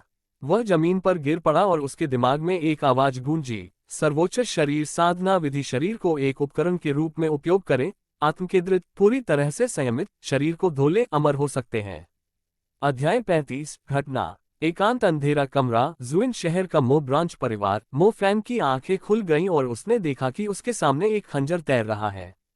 तुम बाहर क्या कर रहे हो? मैंने तुम्हें नहीं बुलाया, मो फैन ने उठने से पहले कराहते हुए कहा। वह खंजर से या अधिक स्पष्ट रूप से कहें तो अपनी आत्मा से बात कर रहा था। यह उसकी दोसितारा आत्मा थी। देखने में यह एक सामान्य खंजर जैसा ही था, लेकिन इसका हैंडल इसे अलग बनाता था। इस खंजर का हैंडल खंजर के ब्लेड की लंबाई से 2 गुना लंबा था। इसका हैंडल ओब्सिडियन काले रंग का था जिस पर एक ड्रैगन बना हुआ था। हालांकि इसमें अंतर यह था कि इस ड्रैगन के शरीर पर कोई शल्क नहीं था। मो फैन ने अपनी आत्मा की ओर देखा, तथापि ये जानकर आश्चर्यचकित रह गया कि हैंडल पर मौजूद ड्रैगन के पास अब एक ऐसा तराजू था जो पहले उसके पास नहीं था। मुझे याद है कि पहले ड्रैगन पर कोई शल्क नहीं था, तो अब कैसे? उसने मन ही मन सवाल किया। हालांकि दरवाजा खुलने की आवाज से उसकी उलझन दूर हो गई। उसने पीछे मुड़कर देखा तो पाया कि उसके सामने 20 आदमी खड़े हैं। हटो, मुख्य नौकर ने पीछे से आते हुए कहा। मो फैन, युवा मालिक ने मुझे आपकी अच्छी तरह से सेवा करने के लिए कहा है, क्या आप तैयार हैं? मुख्य सेवक ने दुष्ट मुस्कान के साथ कहा और फिर आदमियों को आदेश दिया, जोर से मारो, जाओ। उनका आदेश पाकर 20 लोगों ने मो फैन पर हमला कर दिया और एक एक करके उसे मुक्का मारा। पंच पंच, लात मारना। मो फैन, स्वागत कैसा है? सुखद, मुझे लगता है, मुख्य नौकर ने पुरुषों को जारी रखने का इशारा करने से पहले चिढ़ाया। इस बीच मो फैन की आंखें आश्चर्य से चौड़ी हो गईं और उन्होंने सोचा, आज क्या हो रहा है? मार खाने से कोई नुकसान नहीं होता। जिस जगह मुझे मारा गया था वहां एक गर्म धारा भी निकली, यह मेरे शरीर को धोने जैसा है। लो, एक और मुक्का मारो। उनमें से एक आदमी ने उसके चेहरे पर मुक्का मारने से पहले चिल्लाया। जल्द ही 2 और मुक्के मारे गए। अभी से मर रहे हो? अभी तो सब खत्म नहीं हुआ है। मुझे लगता है आज उसकी हालत ठीक है और मार खानी है। तुम लोग जल्दी करो, मुख्य नौकर ने ताने जारी रखे। इस बीच मो फैन ने अपनी छाती पकड़ ली क्योंकि उसने महसूस किया कि उसके दिल की धड़कन बढ़ गई है और उसका शरीर गर्म हो गया है।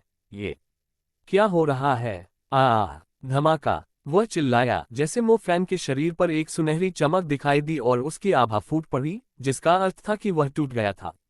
सफलता! यह इस तरह से सफल होता है। हाँ, मो फैन ने अपने शरीर का आकलन करते हुए हंसते हुए कहा। उसकी सफलता और उसकी हंसी देखकर प्रधान सेवक ने ताना मारा, कुतिया को बहुत पीटा गया, फिर भी हंस रही है। मो फैन ने उसे अनदेखा कर दिया क्योंकि वह इस बात पर विचार कर रहा था कि क्या हुआ था। क्या आवाज का मतलब शरीर को कठोर बनाकर पीटना था? ये सोचकर मो फैन ने उन लोगों को ताना मारा कि वे आए और उसे पीटे। आओ, क्या तुमने खाना नहीं खाया? पंच, लात मारना। क्या आपके पास इतनी ही शक्ति है? वह उन पर मुस्कुराया। चेहरे पर मुक्का मारो, पेट पर लात। पंच, जोर लगाओ, बच्चे भी तुमसे ज्यादा मारते हैं। उसने उनका मजाक उड़ाया, जबकि पुरुष क्रोधित होने लगे। तुम्हारी हिम्मत है कि हम पर नजर रखे? पंच पंच, मो फैन पर और अधिक लात और घूंसे बरसाए गए, फिर भी वह अविचलित रहे। जल्द ही 20 आदमी अपेक्षा से अधिक बल लगाने के कारण जमीन पर गिरकर हौंफने लगे। यह मुख्य नौकर ने अविश्वास में बड़ी आंखों से दृश्य को देखा क्योंकि उसने देखा कि मो फैन उसके पास आ रहा है। तुम पास मत आना, मुख्य नौकर ने चेतावनी देते हुए कदम पीछे खींच लिए। चूंकि आप इन लोगों के मुखिया हैं, तो क्या मुझे आपसे शुरुआत करनी चाहिए? मो फैन ने उंगलियां चटकाते हुए पूछा। तुम्हारी हिम्मत? तुम तो बस एक मांस का निशाना हो। अगर तुमने मुझे मारने की हिम्मत की तो यह एक अपराध है। परिवार के नियमों के अनुसार तुम्हें फांसी की सजा दी जाएगी। मुख्य नौकर ने डरे हुए भाव से धमकी दी। पंच, उसे अनदेखा करते हुए मो फैन ने बोलने से पहले उसके चेहरे पर मुक्का मारा। तुम कानून की बात करते हो? मैं तुम्हें सिखाता हूं, मेरी मुट्ठी तुम्हारी मुट्ठी से बड़ी है। मैं कानून हूं। मेरी शक्ति तुमसे अधिक प्रबल है। मैं कानून हूं। मेरा उपनाम मो है और तुम्हारा नहीं है। मैं कानून हूं। पंच, धमाका। ये चिल्लाते हुए उसने उससे घूंसा मारा जिससे वह उड़ गया। प्रधान सेवक दीवार से टकरा गया। मो फैन एक बार फिर उसके सामने प्रकट हुए और चिल्लाए, मर रहे हो? यह अभी खत्म नहीं हुआ है। धमाका। उसने उसे फिर से मुक्का मारा जिससे उस क्षेत्र में विस्फोट की गूंज हुई और दीवार ढह गई तथा उसमें एक बड़ा छेद हो गया। मो फैन ने फिर उन 20 लोगों को घूरते हुए पूछा, क्या तुम भी कोशिश करना चाहते हो? 20 आदमी पीछे हटते ही पसीने से तरबतर हो गए। उन्होंने देख लिया था कि वे मो फैन के खिलाफ कुछ खास नहीं कर सकते, इसलिए उन्हें अकेला छोड़ दिया। अकेले होने के बाद उसने राहत की सांस ली और खुद से वादा किया, आखिरकार पिताजी, अब मुझे समझ में आया कि आपने मुझे वह किताब क्यों दी थी। यूनेर, कुछ ही दिनों में परिवार का कार्यक्रम दिवस होगा।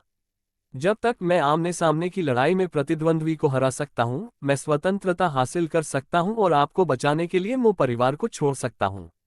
कार्यक्रम से एक दिन पहले एक आंगन में मो परिवार मो फैन के पिता का 5वां भाई अपने बेटे मोई से बात कर रहा था। मोई, मैंने सुना है कि मो फैन लड़ाई के लिए भीख मांग रहा है। हाँ पिताजी। लेकिन इससे भी ज्यादा अजीब बात यह है कि मो फैन ने अस्थि परिवर्तन के दायरे को भी तोड़ दिया है। ओह, हर दिन पिटना पड़ता है लेकिन दायरे से बाहर निकलना पड़ता है। ये वाकई अजीब है। पिताजी, कल पारिवारिक समारोह है।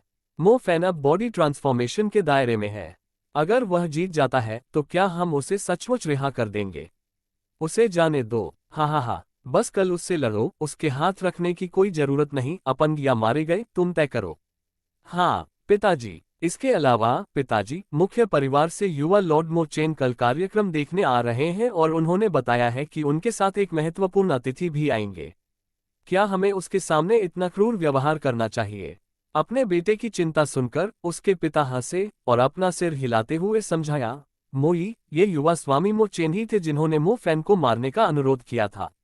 उन्होंने कहा था कि उनके साथ आए महत्वपूर्ण अतिथि कुछ खून देखना चाहेंगे। हे। हाँ पिताजी। अगले दिन कार्यक्रम स्थल श्वेन शहर के मो शाखा परिवार के कुलपति अपने बेटे मो पियान के साथ बैठे थे। हालांकि अजीब बात यह थी कि वे दोनों अपने परिवार में निचली सीटों पर बैठे थे और मुख्य सीटों पर 2 व्यक्ति बैठे थे, मो चेन और फाउंडेशन। मो फैन ने तिरस्कार की दृष्टि से मो पियान की ओर देखा। वह पहले से ही जानता था कि एशियन और मो चेन मुख्य परिवार से थे, इसलिए वह उनकी उपस्थिति से आश्चर्यचकित नहीं हुआ। वह उन्हें अन्य दर्शकों की तरह ही समझता था। यह अच्छी बात है कि मुख्य परिवार के लोग यहाँ हैं। वे ये सुनिश्चित करेंगे कि यह आयोजन न्यायसंगत ढंग से संपन्न हो। मुझे पहले से ही संदेह था कि अगर मैं जीत भी गई तो मो पियान और उसके पिता मुझे जाने देंगे या नहीं, लेकिन अब वे अपनी मनमानी नहीं कर पाएंगे। मो फैन ने अपने आप से सोचा, अपने अच्छे भाग्य का शुक्रिया अदा किया, इस तथ्य से अनजान कि एशियन उसकी थोड़ी भी मदद नहीं करेगा। वह अपना भाग्य देखना चाहता था और यह भी कि वह इस स्थिति से कैसे निकलेगा। मैंने मो चेन को पहले ही निर्देश दे दिया है कि वह इस शाखा परिवार को मो फैन को मारने के लिए सूचित करे। जब वे उसे मारने की कोशिश करेंगे तो वह यहां से बच नहीं पाएगा। लेकिन मैं उसके भाग्य को कम नहीं आंक सकता। एशन ने अपने दाहिने हाथ पर थोड़ी टिकाते हुए कार्यक्रम की शुरुआत को देखते हुए मन ही मन सोचा। उसकी आंखें चौड़ी हो गईं जब उसके दिमाग में एक विचार आया, सिस्टम, इस समय उसके भाग्य बिंदु क्या है? उन्होंने सिस्टम से पूछा, ये जानने के लिए उत्सुक थे कि मो फैन के पास कितनी संपत्ति है। डिंग। होस्ट, नायक मो फैन के पास 3 लाख पॉइंट्स हैं। वह दुनिया की इच्छाशक्ति का एक बेहद पसंदीदा व्यक्ति है। सिस्टम आपको सलाह देता है कि आप उससे सीधे तौर पर न जुड़ें। क्या 3 लाख पॉइंट्स? एशन ने अंदर से चौंकते हुए पूछा, हालांकि बाहर से वह शांत था। इस आश्चर्य का कारण इस व्यक्ति के पास मौजूद अत्यधिक भाग्य अंक थे। यद्यपि विलन पॉइंट्स को लक पॉइंट्स की तुलना में प्राप्त करना आसान था, फिर भी एशन ने कभी भी 1 लाख पॉइंट्स को नहीं छुआ था। इस राशि ने एशन की नज़र में मो फैन के प्रति पूरी धारणा बदल दी। अब एशन इस नीले बालों वाले लड़के से अधिक सतर्क था। इस बीच मो फैन के पिता के 5वें भाई ने घोषणा करने से पहले अखाड़े में प्रवेश किया, आज हमारे मो परिवार का कार्यक्रम है। मैं आप सभी का दूर से स्वागत करता हूं। मुझे लगता है कि हर कोई जानता है, अगर एक नौकर अपने प्रतिद्वंद्वी को आमने सामने की लड़ाई में हरा सकता है तो वे अपनी स्वतंत्रता वापस पा सकते हैं। ठीक है, अब ये कार्यक्रम मेरे बेटे मोई द्वारा संचालित किया जाएगा, चलो शुरू करो। हाँ पिताजी। मोई ने लड़ाई के मैदान के चारों ओर इकट्ठे हुए सभी नौकरों को देखने से पहले झुककर कहा। जब उसकी निगाह प्रत्येक नौकर पर पड़ी तो नौकर घबरा गए, जबकि कुछ उत्साहित हो गए। चलो पहले कुछ खा लेते हैं, मोई ने एक दुष्ट मुस्कान के साथ मन ही मन सोचा। उन्होंने मो फैन की ओर इशारा करते हुए कहा, तुम बड़े आदमी ऊपर आओ। उभरी हुई मांसपेशियों और गंजे सिर वाला एक विशालकाय व्यक्ति मो फैन के पीछे से आया और अखाड़े में चढ़ गया। अगर मैं तुम्हें हरा दूं तो मैं आजाद हो जाऊंगा, पिटने के लिए तैयार हो जाओ। बड़े नौकर ने आत्मविश्वास भरे भाव से घोषणा की। अभी अभी आओ, मोई ने ताना मारा, और उसका ताना काम कर गया जब बड़ा नौकर क्रोधित भाव से उस पर झपटा और हमला करते हुए चिल्लाने लगा। पूरी तरह खामियों से भरा हुआ, मोई ने टिप्पणी की और फिर उसके बड़े पेट पर कई मुक्के मारे। आह! बड़ा नौकर चिल्लाया और अखाड़े से बाहर उड़ गया। मैच के विजेता यंग मास्टर मोई, मुख्य सेवक जिसके पूरे चेहरे पर पट्टियां बंधी थीं, ने मैच का रेफरी घोषित किया। अगला नौकर, मुख्य नौकर ने घोषणा की, लेकिन मोई ने रोक दिया। रुको, अभी तो बस एक अभ्यास मैच था। जिसे मैं सचमुच चुनना चाहता हूं वह है मो फैन। अध्याय 36। तुम मुझ पर हंसने की हिम्मत करते हो। अभी तो बस एक अभ्यास मैच था। जिसे मैं सचमुच चुनना चाहता हूं वह है मो फैन। मोई ने मो फैन की ओर एक दुष्ट मुस्कान के साथ इशारा करते हुए कहा। मो परिवार को छोड़ने का अवसर आखिरकार यह यहाँ है, मो फैन ने दृढ़ चेहरे के साथ अपने मन में सोचा। वह आज जीतने के दृढ़ संकल्प के साथ शांत भाव से अखाड़े में उतरे। ओह, पूर्व यंग मास्टर आज अच्छे लग रहे हैं, मोई ने विनम्र मुस्कान के साथ ताना मारा। कृपया मेरा मार्गदर्शन करें, मो फैन ने अनुरोध किया। मैच शुरू करने के लिए कहा। मैंने सुना है कि आप हाल ही में मार्गदर्शन के लिए भीख मांग रहे हैं। जीने से थक गए हैं। आज अपने चचेरे भाई से मदद लें। बकवास मत करो, चलो शुरू करते हैं। चिंता मत करो, पहले मेरी ताकत देखो, मोई ने अपनी ताकत इकट्ठा करते हुए अपनी आभा जारी करने से पहले कहा। शारीरिक परिवर्तन का चरम, मो फैन ने गुस्से में चिल्लाने से पहले अपना आश्चर्य व्यक्त किया। मोई, मुझे उम्मीद नहीं थी कि तुम पारिवारिक नियमों की अनदेखी करोगे और निजी तौर पर शरीर को निखारने वाली गोली खाओगे। मो फैन के जवाब में मोई ने कहा, हम भाई पियान अपनी ताकत बढ़ाने के लिए इस दवा पर भरोसा कर सकता है, मैं क्यों नहीं। समाप्त करते हुए मोई बहुत तेज गति से आगे बढ़ा। तेज, ये शब्द मो फैन के दिमाग में आया ही था कि उसने मोई की आवाज सुनी। पीछे सहज रूप से मो फैन झुक गया और मोई के मुके को बाल बाल बचा लिया। मोई एक बार फिर तेजी से आगे बढ़े और मो फैन के सामने आकर उनके चेहरे पर घुटने से वार किया। धमाका, घुटने के बाद एक और मुक्का मारा गया। धमाका, जब मारा जाता है तो अच्छा लगता है ना?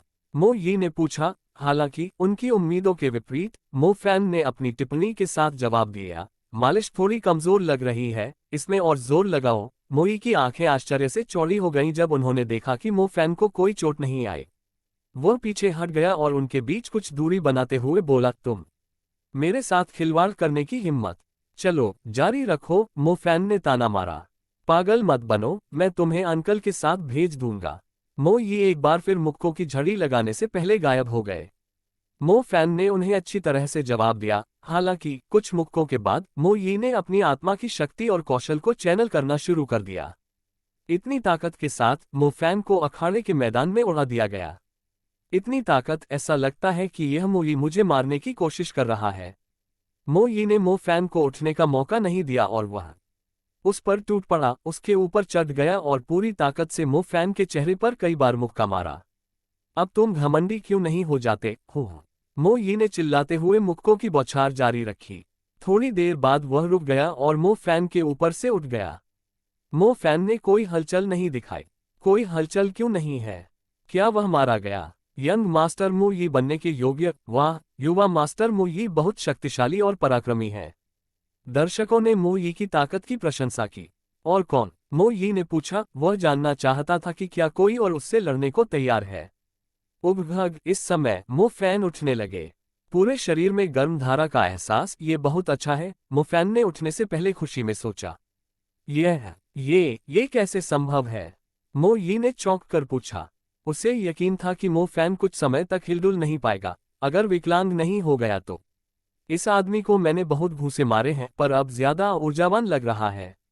उसने मो फैन को देखते हुए सोचा, उसके चेहरे पर हैरानी साफ दिखाई दे रही थी। क्या ये कोई राक्षस है? अजीब बात है, मो फैन इतना प्रतिरोधी है। क्या मेरे भाई की मृत्यु से पहले उन्होंने उसे कोई शक्तिशाली शरीर रक्षा कौशल सिखाया था? मो यी के पिता ने मन ही मन सोचा। इस बीच मो फैन ने मो यी को ताना मारा, आओ मुझे मारो, अपनी पूरी ताकत लगाओ। तुम मुझ पर हंसने की हिम्मत कैसे करोगे? मो यी ने मो फैन पर झपट्टा मारा, तुम्हें मुझे उकसाने की कीमत चुकानी होगी। उन्होंने चिल्लाते हुए मो फैन पर मुक्कों की बौछार कर दी और पूरी ताकत से उन पर हमला कर दिया। बस सफलता से थोड़ा दूर। इस आदमी की ताकत गर्म धारा को फिर से प्रतिक्रिया देने के लिए पर्याप्त नहीं है। यह एक मजबूत व्यक्ति का समय है, मो फैन ने मो यी के मुक्कों को सहन करते हुए सोचा। रुकना। मो फैन ने मुक्का मारते समय मो यी का हाथ पकड़ लिया। क्या? मो यी ने आश्चर्य व्यक्त किया। दवा चुराने से तुम्हें इतनी ही ताकत मिली? सच में बकवास है। मो फैन चिल्लाया और उसने मो यी के हाथ पर अपनी पकड़ मजबूत कर ली। मेरा हाथ! मो यी दर्द से चिल्लाया। ये देखकर मो यी के पिता अखाड़े में पहुंचे, अच्छा नहीं। परिवार के नियमों का उल्लंघन करो, आज मैं कबीले के नियमों को लागू करूंगा। मो फैन ने अपनी पकड़ को और भी मजबूत करते हुए मो यी की हड्डियों को तोड़ते हुए घोषणा की। कमीने, तुम्हारी हिम्मत! मेरा मो परिवार तुम्हें जाने नहीं देगा, मो यी अपनी आंखों से आंसू बहाते हुए चिल्लाया। धमाका! मो फैन ने मो यी के चेहरे पर मुक्का मारा, जिससे वह बेहोश हो गया। घमंडी बच्चे, मो परिवार में मैं ही राज हूं। मो यी के पिता चिल्लाए। धमाका! आह! मो यी के पिता ने मो फैन को मुक्का मारा, जिससे वह अखाड़े से बाहर जा गिरा और दीवार से टकराकर टूट गया। मो यी, मेरे बेटे, क्या तुम ठीक हो? मो यी को अपनी बाहों में लेकर उसने पूछा। अरे, गर्म धारा अभी भी शांत है। क्या अंतिम चरण पार करना इतना कठिन है? मो फैन ने अपने ऊपर से मिट्टी हटाने से पहले उठते हुए मन ही मन कोसा। क्या यह मो फैन अमर है? वह नीचे क्यों नहीं जाता? इसके बाद भी वह ठीक है। उपस्थित लोगों ने आश्चर्य व्यक्त किया। चिंता मत करो, मैंने महत्वपूर्ण अंगों से परहेज किया है, वह मरेगा नहीं। मो फैन ने रिंग पर आने के बाद घोषणा की। तुम दुष्ट लड़के हो, हमने तुम्हें जीवित छोड़ दिया। अप्रत्याशित रूप से तुम इस बिंदु तक बड़े हो गए हो। मो यी के पिता ने अपनी आंखों में अंबर भरकर कहा। हालांकि उसकी परवाह किए बिना मो फैन ने पूछा, पांचवें अंकल, मैं जीत गया। आयोजन के नियमों के अनुसार अब मैं नौकर नहीं हूं। मैं परिवार को स्वतंत्र रूप से छोड़ सकता हूं। क्या तुम्हें लगता है कि मैं तुम्हें जाने दूंगा? पांचवें चाचा! कार्यक्रम के नियमों के अनुसार मो फैन ने अपने पांचवें चाचा को याद दिलाने का प्रयास किया, हालांकि उन्होंने बीच में ही उन्हें रोक दिया। आपके जीवित रहने का एकमात्र तरीका है शरीर सुरक्षा कौशल सौंपना। मो यी के पिता मो फैन पर झपटने से पहले चिल्लाए। धमाका! मो फैन दीवार की ओर उड़ गया और मो यी के पिता ने उसका पीछा किया तथा पूरी ताकत से उस पर कई मुक्के मारे। वास्तव में एक भयानक कौशल, शरीर का हर हिस्सा एक उच्च श्रेणी के हथियार की तरह लगता है। मो यी के पिता ने घूंसे मारना जारी रखते हुए बुदबुदाया। झपटना! मो फैन ने मो यी के पिता का हाथ पकड़ लिया और उसके पेट पर मुक्का मारा। धमाका! मो यी के पिता को खून की खांसी हुई और वे टक्कर के कारण अखाड़े में उड़ गए। आसपास एकत्रित दर्शकों के जबड़े इस दृश्य को देखकर खुले रह गए। आप शरीर परिवर्तन के शिखर क्षेत्र तक आगे बढ़ गए हैं। मो यी के पिता ने कराहते हुए पूछा। हाँ, आप दोनों पिता पुत्र के प्रयासों के लिए धन्यवाद। मो फैन ने हंसते हुए मो यी के पिता के सामने आकर उन पर कई मुक्के मारे। आर्घ! इस बीच मुखिया, जो अब और सहन नहीं कर सका, अपने भाई की सहायता के लिए दौड़ा। उसका हाथ मो फैन के पीछे आया और उसने उसके सिर को पकड़ लिया और फिर उसे जमीन पर पटक दिया। क्या आप मो परिवार को छोड़ना चाहते हैं? क्या आपको लगता है कि मेरा अस्तित्व नहीं है? कुलपति ने पूछा। धमाका! उसने एक बार फिर उसका सिर जमीन पर टकराया और फिर उसके बालों को पकड़कर उसे उठाया। उग! मो फैन दर्द से कराह उठा, कुछ भी करने में असमर्थ। तुमने अपने पांचवें चाचा को भी चोट पहुंचाने की हिम्मत की। कुलपति होने के नाते मैं आपके अपराधों को नजरअंदाज नहीं कर सकता। कुलपति ने मो फैन की गर्दन पर रखने से पहले अपनी चमकदार तलवार म्यान से निकालते हुए कहा। अपने शरीर को साधना कौशल प्रदान करें। अरे, ताकत अभी भी अपर्याप्त है। मुझे इससे नफरत है। मो फैन ने मन ही मन कराहते हुए कहा। हालांकि जल्द ही उसकी नजर मो चेन और एशियन पर पड़ी, जो अपनी ऊंची कुर्सियों पर बैठे थे। मुख्य शाखा के लार्ड्स, क्या आप अपनी आंखों के सामने यह अन्याय होते देखना चाहते हैं? मो फैन चिल्लाया और मो चेन और एशियन से पूछा। इस समय कुलपति को मो चेन और एशियन की याद आई। वह भूल गया था कि वे भी यहाँ हैं और उसने अकेले ही कार्य करने का निर्णय लिया। मो चेन और एशियन की प्रतिक्रिया की प्रत्याशा में उसे पसीना आने लगा। क्या वे अपनी बात से मुकरने के लिए उसे जिम्मेदार ठहराने वाले थे? उसने अपनी नज़र उन दो महत्वपूर्ण व्यक्तियों पर गड़ा दी कि देखूं कि वे क्या करने जा रहे हैं। मो चेन ने अपनी नज़र एशियन की ओर घुमाए और निर्णय उस पर छोड़ दिया। एशियन उसका स्वामी और मालिक था, इसलिए इस बात से कोई फर्क नहीं पड़ता था कि वह इस स्थिति के बारे में क्या सोचता था।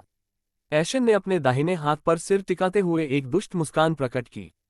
उन्होंने मुखिया को मो फैन को रिहा करने का इशारा किया। मो फैन को रिहा करते समय पेट्रियार्क के चेहरे पर निराशा के भाव दिखाई दिए। खांसी खांसी मो फैन हौंफते हुए खांसने लगे। इस बीच एशियन ने इस दृश्य और शक्ति की इस अनुभूति का आनंद लिया। इस समय मो फैन की जान उसके हाथ में थी।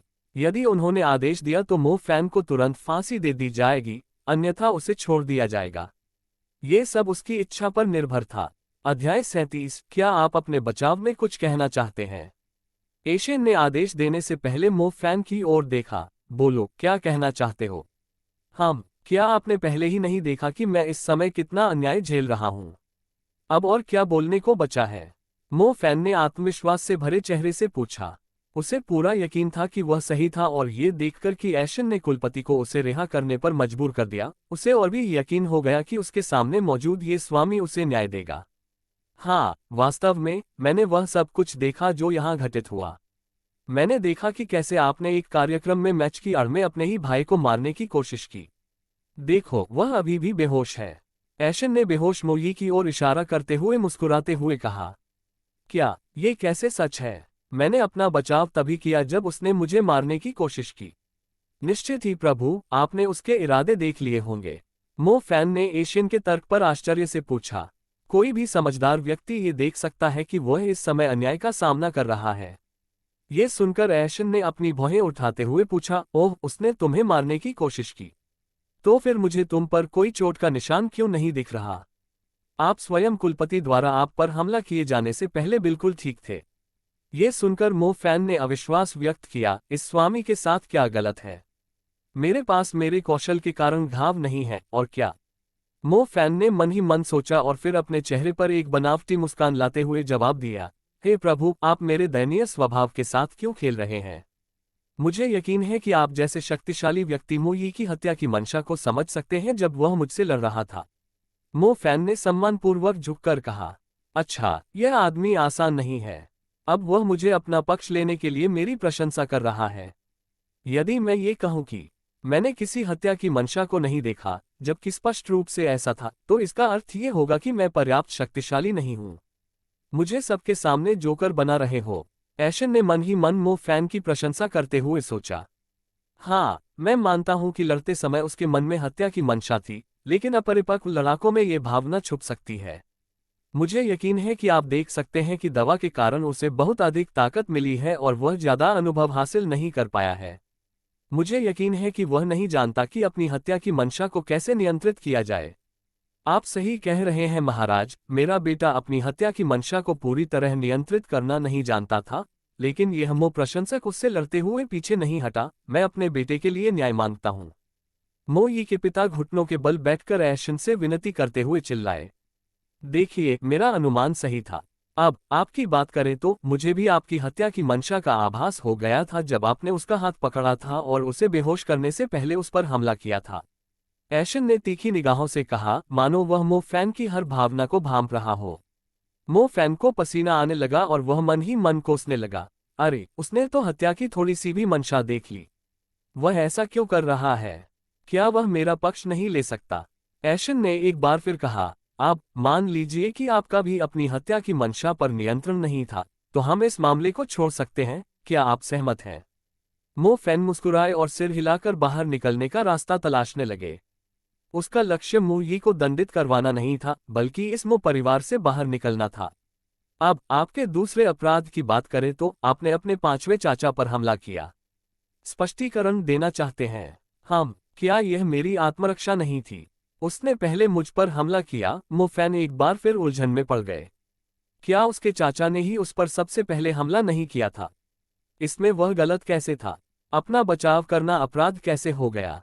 ऐशन ने अपना सिर हिलाते हुए मो फैन को जवाब दिया, उसने पहले तुम पर हमला किया, ये सच है, लेकिन क्या तुम उसके बच्चे को नहीं पीट रहे थे? ऐसी स्थिति में कौन पिता शांत रह सकेगा और अपने बेटे की उपेक्षा कर सकेगा? जाहिर है उसने अपने बेटे को रिहा कराने के लिए आप पर हमला किया था।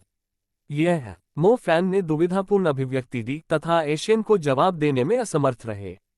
ये सच है कि जब उसका बच्चा मरने के कगार पर हो तो कोई भी पिता चुप नहीं बैठेगा। इसलिए उसे छोड़कर उन्होंने बाद में ध्यान केंद्रित किया, लेकिन प्रभु, मुझ पर हमला करने के बाद उसने मुझे इस परिवार को छोड़ने की अनुमति नहीं दी। क्या ये नियम नहीं था? मो फैन ने इस तर्क के साथ उसे अपने पक्ष में करने की उम्मीद में एशियन की ओर देखा।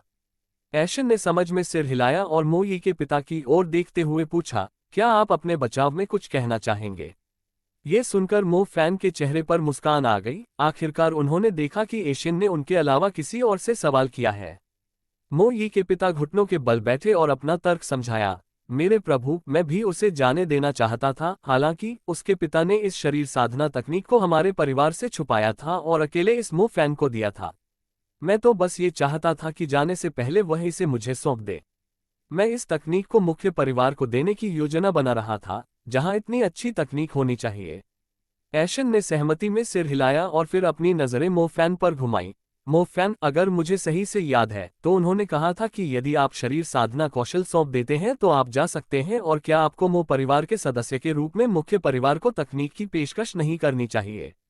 मो फैन ने इस पर गुस्से में दांत पीस लिए और फिर मुस्कुराते हुए पूछा, लेकिन प्रभु, क्या प्रतियोगिता के नियमों में यह नहीं लिखा था कि अगर मैं जीत गया तो मैं मो परिवार को स्वतंत्र रूप से छोड़ सकता हूं?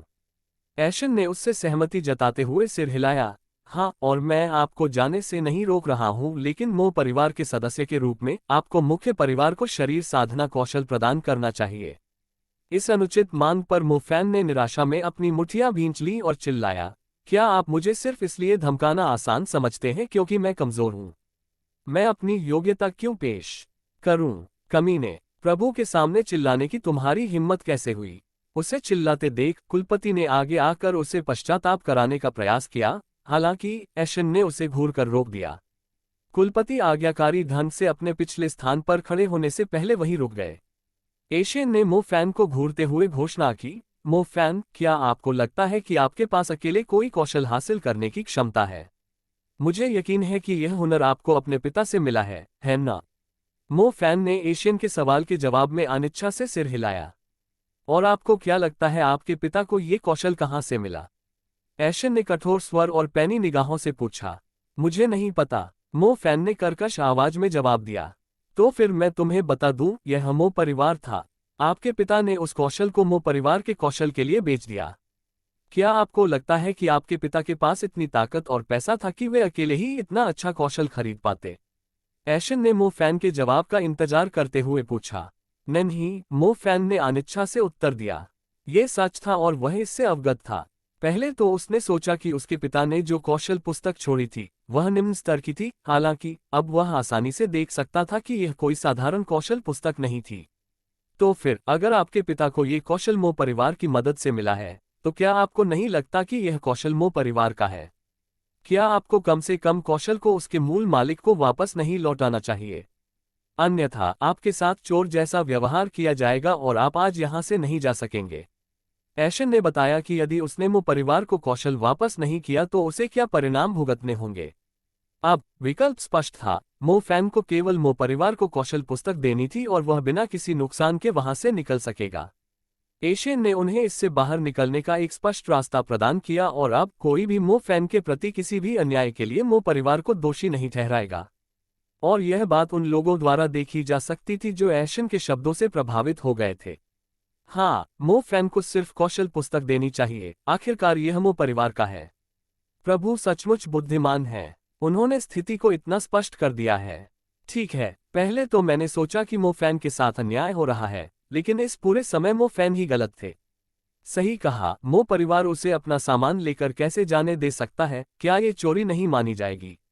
अगर अब भी मो फैन पुस्तक सौंपने से इनकार करता है तो कोई भी मो फैन को उसे यहां रखने और उसे जाने नहीं देने के लिए दोषी नहीं ठहरा सकता है। हाँ, भगवान ने उसे स्पष्ट रूप से बाहर निकलने का रास्ता दे दिया है, उसे बस उसे अपना लेना चाहिए और स्वतंत्र रूप से चले जाना चाहिए। मो फैन ने ये सब सुना तो उसे बहुत पसीना आने लगा। उसके पास कौशल नहीं था, वह उसके द्वारा जलाए जाने के बाद उसके शरीर द्वारा अवशोषित कर लिया गया था। उसने ऐशन की ओर देखा जो उसकी ओर विनम्रता से मुस्कुरा रहा था और सबकी नजरों में एक संत की तरह दिख रहा था। क्या तमाशा चल रहा है? क्या मैंने उसे मदद के लिए नहीं बुलाया था? उसने स्थिति को तोड़मरोड़ कर पेश किया और मुझे बुरा आदमी बना दिया। और सबसे बुरी बात तो यह है कि मैं उनकी बातों का जवाब भी नहीं दे सकता।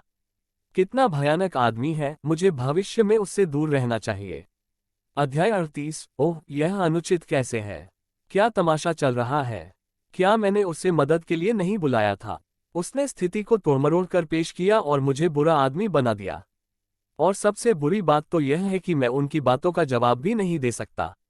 कितना भयानक आदमी है, मुझे भविष्य में उससे दूर रहना चाहिए। मो फैन ने पहले सोचा कि क्या करना चाहिए। अब मैं क्या करूं? क्या मुझे उन्हें बताना चाहिए कि मेरे पास कौशल पुस्तिका नहीं है? हाँ, सच बोलना ही एकमात्र रास्ता है। उन्होंने ऐशन की ओर देखा और दुखी भाव से बताया, प्रभु, आप सही कह रहे हैं, मुझे कौशल पुस्तक परिवार को दे देनी चाहिए। हालांकि समस्या यह है कि अब वह मेरे पास नहीं है। क्या मतलब है तुम्हारा? ऐशन ने आंखें सिकोड़ते हुए पूछा। देखिए प्रभु, मुझे नहीं पता था कि कौशल पुस्तक का उपयोग कैसे किया जाता है, इसलिए इससे तंग आकर मैंने इसे जलाने का फैसला किया। हालांकि जलने के बाद पुस्तक के पन्ने मेरे शरीर से चिपकने से पहले हवा में तैरने लगे। इसके बाद मुझे बहुत तेज दर्द महसूस हुआ और फिर मैं बेहोश हो गया। जब मैं उठा तो मेरे सिर में एक अजीब सी आवाज सुनाई दी, चिल्लाते हुए, सर्वोच्च शरीर साधना विधि। मो फैन ने जो कुछ हुआ था वह सब बताया। सर्वोच्च शरीर साधना विधि। ऐशन ने उपस्थित सभी लोगों के साथ नाम बुदबुदाया। किसी ने भी इस कौशल को नहीं पहचाना और इसलिए एशियन ने मालिक से पूछने का फैसला किया, ये कौशल कैसे काम करता है? मो फैन हिचकिचाए, लेकिन कोई रास्ता न देख उन्होंने बताया, यदि मुझे पीटा जाता है तो मेरा शरीर उत्तेजित हो जाता है और मुझे अपने शरीर के अंदर गर्म धारा का प्रवाह महसूस होता है, और यदि वह धारा पर्याप्त होती है तो मैं सफलता प्राप्त कर लेता हूँ। क्या? कुलपति और मो चेन ने उपस्थित लोगों के साथ इस कौशल पर अपना आश्चर्य व्यक्त किया। इस बीच मोई के पिता चिल्लाए, इसीलिए मैंने तुम्हें पीटा था और तुम और भी ताकतवर हो गए थे। अब मुझे समझ आ गया। मुझे कहना होगा कि यह एक बहुत ही उपयोगी कौशल है। अब मो फैन, इसे परिवार को दे दो और मैं तुम्हें बिना किसी नुकसान के जाने दूंगा। ऐशन ने कठोर स्वर में बताया और एक बार फिर कौशल के बारे में पूछा। लेकिन प्रभु, मैंने आपसे कहा था कि मेरे पास यह नहीं है। मो फैन ने दोहराया। ओह, और मैं तुम पर कैसे विश्वास कर सकता हूँ? यदि आप झूठ बोल रहे हो तो क्या होगा? आप मुझे निश्चित रूप से मूर्ख नहीं समझते, है ना? ऐशन ने आंखों में चमक भर कर पूछा। एशियन को पता था कि मो फैन सच कह रहा था। कैसे? खैर, हम बस इतना ही कहेंगे कि विश्व की इच्छा नायक की आकस्मिक मुलाकात को किसी के साथ साझा नहीं करेगी। यदि यह कौशल था तो निश्चित रूप से ये केवल नायक का ही होगा। हालांकि इससे ऐशन को पता चल गया कि इस नायक का खजाना और धोखा क्या था। इसके अलावा ये तथ्य भी है कि उनका पहले ही सौभाग्यपूर्ण सामना हो चुका था। इसका मतलब है कि मो फैन के पास मूल रूप से 3 लाख से अधिक लक पॉइंट थे। अब एशियन देखना चाहता था कि विश्व की इच्छाशक्ति मो फैन को इस स्थिति से बाहर निकालने में कैसे मदद करेगी। आप कह सकते हैं कि यह ऐशन का विश्व की इच्छा का आकलन करने का तरीका था। क्या आप किसी खजाने से सच्चाई की पुष्टि नहीं कर सकते? शायद कोई कौशल। मुझे यकीन है कि पूरे मो परिवार में किसी के पास कुछ ऐसा होगा जो सच्चाई की पुष्टि कर सकता है। मो फैन ने खुद को मुश्किल में पाते हुए सुझाव दिया। मैच जीतने के बाद भी वह यहां से नहीं जा पाए।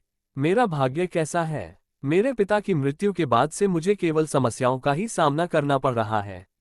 ये दुनिया मुझसे नफरत क्यों करती है? मो फैन ने अपनी किस्मत को कोसा। इस समय मो चेन बोला, ये सही है भाई ऐशन, हम उसे परिवार के पास ले जा सकते हैं और सच्चाई की पुष्टि कर सकते हैं। मो चेन को मो फैन के पक्ष में बोलते देख ऐशन की आंखें चौड़ी हो गईं।